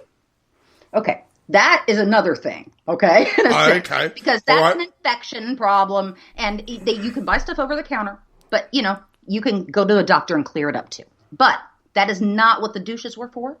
So I'm glad that you all have come to my TED Talk here, and Ted is plugging his ears because he doesn't want to hear about it either. And because I'm talking about this, and I don't care if any of y'all like it, but I just want to know, has anybody else noticed in America, because I don't know if you guys are doing it in Australia. Right, okay, yeah. Okay, that women's products, like the sanitary pads and things that they have, and they have always advertised, they show, they pour the blue liquid, right, into it to show you how much it absorbs, okay, because everybody needs to think about that, right? In the 1980s, yeah. Okay, yeah, but listen, now, all of a sudden, I've been seeing commercials where the liquid that they're pouring onto the sanitary pad is red. And I'm going to say this. Wow. Oh, my God. Okay. That's disgusting. and I know that women, we all menstruate or whatever. Okay, I get that, but see okay, it was like watching this latest Borat movie. Did you see that? Did you see what that was? The debutante ball. I'm not a fan of his, to be honest. I'm not either, but I watched the movie because I watched. Okay, I don't know his wife, but I watched the movie. And it's the second one. I don't know if you guys have seen it. There's a scene in there. I've seen the Rudy Giuliani bit, and I haven't seen the rest of it. Okay. I'll be honest with you, I'm a bit over him, to be honest. I'm a bit over him. Yeah. But I'm going to say to you all, please watch this scene. It's the debutante ball with his supposed daughter, the girl playing his daughter. They go to a Southern society ball, a Southern debutante ball, where girls who are teens are raised in the debutante society of the Old South, in a sense, and they attend these coming out parties where they become a socialite and blah, blah, blah, okay? So he takes her to one of these because he wants to be an American father. He's going to teach his daughter. Okay, so this is his whole thing. Everybody's dancing with their father. The girls dance with their fathers in front of everybody, and they all do it one at a time. It's the thing you do. And then the party. They dance in front of their fathers? Well, no, with them. They dance. The girls dance with their fathers. Like you would do at a ballroom or whatever. It's a typical dance. So it's a father-daughter. Are their friends all there? And is this Yes, all their friends are there, and their fathers are taking them there too. And then there's young men there. Okay, is there just their debutante ball? It's a debutante ball. The fathers, and this is an Old South thing. Okay, so again, racist people in mansions and plantations having these huge parties, and this has come from that basically, and maybe even earlier from England, where women reach a certain age, marrying age. Can I ask a question? Yeah, go ahead. Sorry, can I ask a question? Yeah. I'm an Australian. We have debutante balls in Australia. In fact, it's kind of mandatory, to be honest. It's high society. I mean, it's mandatory. You go to, you're 17 years old or 16 years old, you have a fucking debutante ball. They're done by the schools. The schools do them, right? Like that's a prom. That's no. The prom is the end of school. This is a debutante. This is 16. This is presenting to society, right? That's weird. Okay. Yeah, no, I don't like that. I'm sorry, we're Australians. Sorry, all right. Well, I just meant that the schools do it because there is quinceañera. Yeah, but it's done by the schools. No, it's done by the schools. It's not. It's done by the family. No. In Australia, it's all done by the schools. The quinceañeras came from Mexico. Right. The families throw it for their daughters when they turn 15. Oh, no. The idea of your sweet 16, if you want to call it. We do have that. Okay. Yeah, I got a okay. In Australia, it's all combined. It becomes your debutante. So your debutante is, right, your coming out is you're 16 years old, right? You're now technically a woman, even though you're on the market. Realistically, you're not a woman for another 2 years. Open for business, right? Please. 2 years until you drink, and 2 years until you kill somebody. So, right. So, I mean, you can kill somebody anytime. It's just, I don't know. Illegal. I mean, legal. It's illegal. When you're 18, I'm joking. Jesus. We're all joking. Okay. Nobody is going to take this seriously, Warren. I know. And if they do, they shouldn't listen to us because... if they do, they know who we are. Right, so... No, they should know better, right? No, it's 16. You have your debutante, right? So they all come out. I still remember. I still remember Amanda holding the fucking lantern. Oh, that fucking lantern. They were all given these lanterns, right, which had these little LED things in them, because they couldn't because health and safety wouldn't allow them to put candles in the lanterns, right? Okay. Well, I mean, yeah. So they put these little LEDs in it, right? And so I had to stand there, right? This is my daughter, coming out, right? And she's 16, and Amanda's there, and I still remember Amanda was more concerned about her dress. Fucking anyway, and so all do this. I would be concerned about my dress too. I know, and it was because I'm the mother. I have to. Well, she said I'm going to be the hot milf, so no. All Australian kids have to do their the debutante. Well, I'll rephrase that. Not boys. Boys are different. Yes. All Australian girls have to do their 16-year-old debutante. And then their 18-year-old, what you call, I don't know, end of stool, we call stoolies, which is they end stool and then they go nuts and they go to Queensland and they fuck 200 people, right? So that's stoolies. So, okay. And interesting. So it's different. So that's what the boys do. Okay, so I'm just going to say this. No, that's what the girls do as well. So basically, because of course, but. No, they're all the same. But they're all the same. I mean, but the boys don't go through that. The boys don't have to go through that. Okay, but you know what? But yes, they do. Because did you get invited? Oh, this is really, that's really harsh. Yeah, but here's the thing. Right? Mm-hmm. Every girl does their debutante. Yeah. So you can say, as a girl, I did my debutante. I'm 17, I did my debutante. If you're a boy and you're 17, were you a deb? Does that mean you were invited to a debutante ball? Okay. I don't want to talk about that. So that means you were hot enough to warrant in other words, there were enough women to turn you down. Interesting. No. But here's the thing. Yeah, I see. That's harsh. That's really fucking harsh. Right? That's really harsh. Yeah. Right? Yeah. I don't feel sorry for you boys. I'm sorry. Because you don't have to go through the shit we do growing up and also, again, bleeding every month while we do it. So, and then feeling like shit. Okay. I'm going to just say this because we're talking about that stuff. So now I'm not going to talk about that anymore because all right. somebody else wants to talk about it and I don't. But I do want to continue with what I was saying. Oh, yes. Because I understand now what you were saying about Australia. All the girls there do this, okay? Yes. But see, here, that does not happen everywhere. Right. Some cultures do it, okay?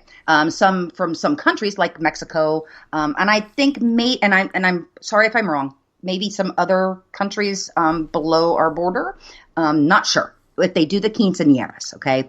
Right. But it's the celebration of a girl turning 15 because throughout time, that has been kind of like with the Jewish faith when they have the bar mitzvahs and the bat mitzvahs. They are taking that step to become an adult. They are then recognized in their communities as kind of a man or a woman then, okay? So the quinceañera is the same thing, okay? See, I think that sometimes the debutante balls in the Deep South I don't know what's going on up north, okay? Because I never went to a debutante ball up north. I did, unfortunately. But you were south, though, weren't you? You were always south? Watch your mouth, okay? Oh, sorry. Okay, so no, I'm going to say I was born in Florida, okay? That, yes, is geographically the way of America, hanging off the bottom, flaccid and filled with nothing. But, sorry. I like that word, but I don't like what it means. I just like to say it because it makes men uncomfortable too. And because we want to be hard. We want to be hard men. I just like to just stick it to people sometimes because it's just the way I. Can I just say it one more time? No, you can't. You can't. Stop it. Aardvark. Stop it. Sorry. Okay, sorry. Just mucking around. All right, go for it. The word was supposed to be banana, and I don't know why I said aardvark, but it was better. So now the word is aardvark. Okay, I'm going to say I have been to a deep south. Please mail in with a new... Warren? Please mail in with a new... Sorry. Irish is talking now. Sorry. Fuck me. I'm sorry. I'm just not... I'm so outside of even the conversation we're in. I'm sorry. You are, so can you just stop? All right, sorry. I'm going to go... Sorry. And turn on your ears and turn off your mouth. That's what my grandmother used to tell me all the time. And she was right to tell me. So I went to a... No more talking. All right, done. I told you, being strong like that makes me excited, so stop. Don't make me yell at you anymore. Right. I went to one of these balls. I was required to wear, because of my mother, who was paying for the dress, decided that I was going to wear a baby breaths pink, white lace off the shoulder, big fucking hoop skirt to this thing. I am not a hoop skirt person, okay? I like frilly dresses and petticoats and shit like that. Like, I will dress up in some Victorian clothes, or I'm making right now a really great Victorian steampunk costume for, I hope, MegaCon, which I hope will be happening this year. And because I'm a huge, enormous geek. And, but I love that stuff. But I don't like those fucking hoop skirts. One, it's empty underneath, and you're like walking around like a big bell, and it's swinging everywhere. And I know that's why they called them Southern bells. But you also can't sit in them. And you look stupid. And they are just ugly dresses, okay? Because they remind me of the antebellum South. And I know a lot of people have a lot of romantic ideas about that.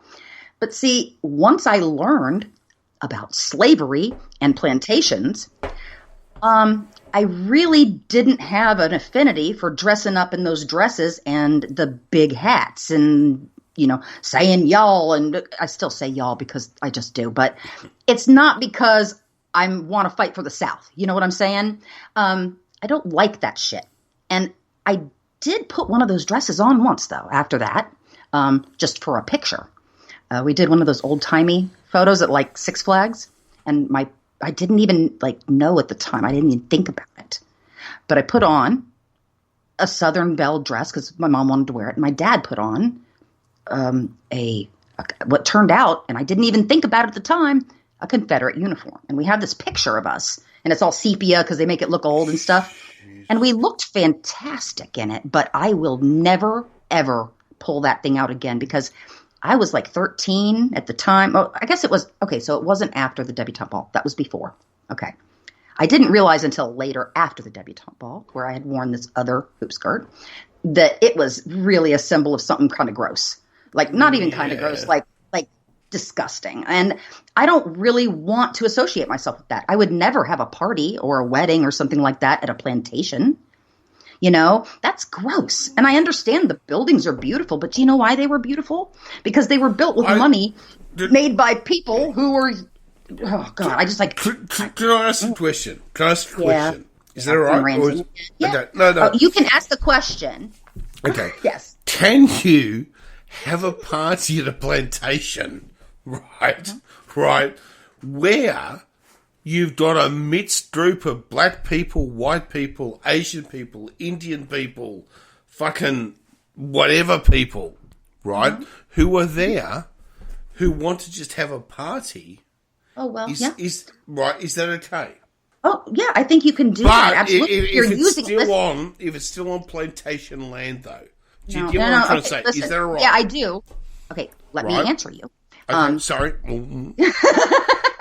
I have been told to shut up. Yeah, all right. It's the scotch, honey. The scotch needs to shut up. We've discussed this. No, I'm just teasing you. You know I'm just busting your balls because I can, and I really like to do that to people. I can't put my smirk emoji up because you don't get it because you can't see it. Can we just say to people, we're friends. We fucking love each other. We just fuck around. Absolutely. Don't for it. Look, don't for it. If they've ever listened to the show, or even seen me on Twitter, they're going to know.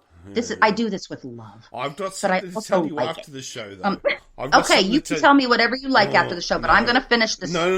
No. This is about something that you are going to want to hear. And I forgot to tell you. But anyway, Warren, sorry, go for it. I know, and I said you can tell me after the show, so let me finish this. I want to remind I'm going to answer your question. Sorry, yes, go. Stop talking. My God, you're going to make me smack you. Don't make me do that to you. Don't make me do that. We've discussed it. All right. I'm going to answer your question. Yes. I think, yes, if you're using a building for a simple party or something, okay, if it's a mixed group and you're just using it as a venue in a sense where it's a place to hold it, maybe that's okay. If the people who you invite are okay with that. What I'm really against, though, and it happens over and over and over again, is that people do Southern plantation weddings where they dress up like the antebellum South plantation owners and their families, people of wealth who got that wealth by killing people and selling them, using them. And so the problem to me is that if you are using the plantation to live vicariously in a time when people were treated like that, and you are glorifying the spoils of that life, that's what I have a fucking problem with. Right now, wow, that's inappropriate and wrong. This is something I hadn't got because I hadn't got this idea. Yeah, you have all these white people dressing up as Confederate generals, and they do it. Right, and they have fake battles with each other to relive it like some fucking glory. I love history, but guys, can I just say something? And then, okay, you may disagree with me on this. Okay, and now you know how we have reenactors, these people who love to dress up. Okay, right. Mm-hmm. I even spoke to you about an Afghanistan reenaction that I almost got involved in, but I was too old and I just didn't want to go down it. And that was in Australia, all right? Now, the whole idea of that is that actually immoral? In other words, right, if you go to France, you can go to an air show and you can watch in the background while the aeroplanes fly around a reenaction of German and French soldiers fighting. Right, okay? Yeah. They're reenactors. They're people who collect weapons and uniforms and they reenact. They reenact history. Yeah. So, is it wrong for them to reenact Confederate history when we have accepted that people will reenact fascist Italy and fascist or Nazi Germany history, right? We've accepted that they're allowed to do that, provided it's purely for historical reasons. Okay, right? So, is it kind of okay, right? I don't have a problem with historical reenactments, okay? I don't have a problem with people who want to recreate battles and live them. I mean, the people do it in Norway, and so they do it like the Vikings. Well, that's the thing. They do it every year. There's Okay, fucking I don't Norwegians. have a problem with that. There's Norwegians who pretend to be King Harold. Do you know what I mean? I get it. Yeah. I don't have a problem with that. What I have a problem with is that in our country, there are a lot of men who do the reenactments on the side of the South. Yeah. Who also in their daily lives hang Confederate flags. Oh, okay. I get you. And so it's not just that they love history and they're they're teaching people about the battle. They literally are trying to connect themselves somehow to those moments because they feel like they were in the right. It's not the reacting of it. No, it's about them trying to push their ideology. That the white man was right. Well, even if they never say that out loud, okay? If you live your life as a white man who's from the South, or anywhere else, honestly, who plays the South in reenactments only because you feel a deep connection to it. I can kind of, because you know how I feel about maybe reincarnation being a thing. I can kind of understand how someone would have. No, I don't. No, you be quiet. I am speaking and I don't care. Ooh, I know you don't believe in it. I know. I'm just saying. I know you don't believe in it. We've been through that. Okay. I don't want to have to spend my time now defending that. I just want you to listen. Okay. I'm saying I can understand that people throughout time, and myself included, I am very, very drawn to certain places and time periods within those places. Okay. The dress, the music, the food, whatever it is, there's something that draws you. I don't know why that is. It could be because that I have lived a life in that. No, we need to talk about it. No, Warren, we need to talk about this. Let me.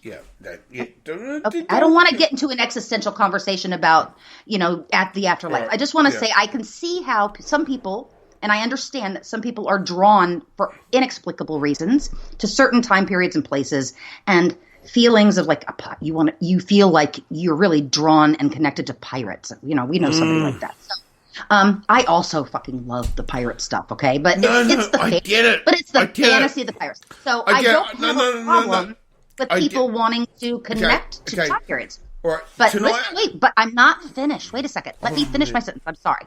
And then I will promise to let you speak for as long as you like, because we're going to have to end this soon anyway. I'm so sorry. I'm sorry. I'm sorry. Yeah. Stop apologizing to me. You're not British. We've talked about that. I love you. I'm going to give you a hard time until I finish this. But I don't have a problem with people being connected to time periods, even sometimes in things that are negative, okay? Because I understand how it could happen. But if you live your daily life surrounding yourself with those symbols of hate, and you live your daily life talking and thinking negative, horrible things about people who don't look like you, then I have a problem with you perpetuating not only that to other people, but just in general in our fucking country. The energy of people who are doing that is really, like, honestly, what's holding us back from moving forward. It's really what's holding us back every single day from making the decisions that will be right for everybody in our country as a whole, okay, and not the individual all the time. Because the problem is, those people only care about themselves as the individual, and they couldn't give a flying fuck about anybody else. You as an individual are absolutely important. You matter, and you're unique, and you matter. But you personally do not matter any more than any other fucking human being on the planet. And I would just really like people to wrap their heads around that concept for like 5 fucking minutes and just give it a think. Because we treat each other here based on the melanin or the geographic location of our birth or what language we speak, as though some of us really think like we really believe we're better than everybody else for whatever their reason is. Their religion or their color or where they came from or what language they speak. It's wrong, and we need to fucking stop it. Because until we can actually get people like that to stop living and perpetuating that energy and those thoughts and what they're teaching their fucking children and other people around them, we are going to be dragging back over and over again. For every step we take, we're going to get dragged back again because those are the people that are doing it to us, and we're letting them. Do you know there was something? I'm finished. Do you know? I was told something. I had a friend who is no. In the show. All right. No. In the show. Okay. Yeah, I'll talk to you off here. Tell me after. Yes. Yeah. I suddenly realised I wanted to tell you something, and I suddenly realised, nah, let's do it off here. I don't really want to. Things that you think might be upsetting to somebody else. So let's not do that because I upset people unintentionally all the time, and sometimes I do it intentionally because it's fun. But let's not do that now. No. So. I stir shit up sometimes. What I was going to say is that we're at 2.5 hours, and are we? I reckon that's a show. That's it is. That's a take. Yeah, baby. Checking the gates and moving on. Okay, we're going to wrap it up now, guys. So, because I really think that I don't think you guys want 3 hours. They don't, so we're going to end it. Without a soliloquy about it. Yeah, so let's do that. It's done. I used a big word. And I just excited myself with my good word usage. Okay. Ooh, guys, I'm going to post some stuff on Twitter about some of the stuff I talked about tonight, but I'm also going to post some information about some of the new stuff we're going to do with the show. We are going to be rebranding it, and I'm going to tell you guys now because I already kind of announced it on another show because I needed something to talk about. But I didn't tell them the name. You said that at the start of the show. No, I'm saying it now because here's the thing: if you stuck out with us this long, all right. So I'm going to post some stuff, and some of it's going to be clues to some stuff you can find on the website soon that you haven't seen before. So because you've got the hot Irish. What? What was that? The butterfly is dead. I can also say I'm a dragon as well. You want to hear it? Are you ready? You're not listening to me speak Welsh. I'm sorry. Let's end the show because nobody wants to listen to me tell you I'm a dragon in Welsh. But I am a dragon. But only in Welsh. Irish, which we all do because she's gorgeous. So follow her. Yes. Just do it. Whatever. You got really quiet. So did you walk away from your mic? Yes, I masturbated. Oh, Warren. Okay, guys, that's the cue to end the show. Oh my God. Thanks for listening. I hope you had fun. I did. I was trying to. So that's all that matters. Warren, just say goodbye. Goodbye. Goodbye. I'm drunk. Bye. Yeah, I know. We're done. Bye. All right. No, all right. We're done. All right. See ya. Bye.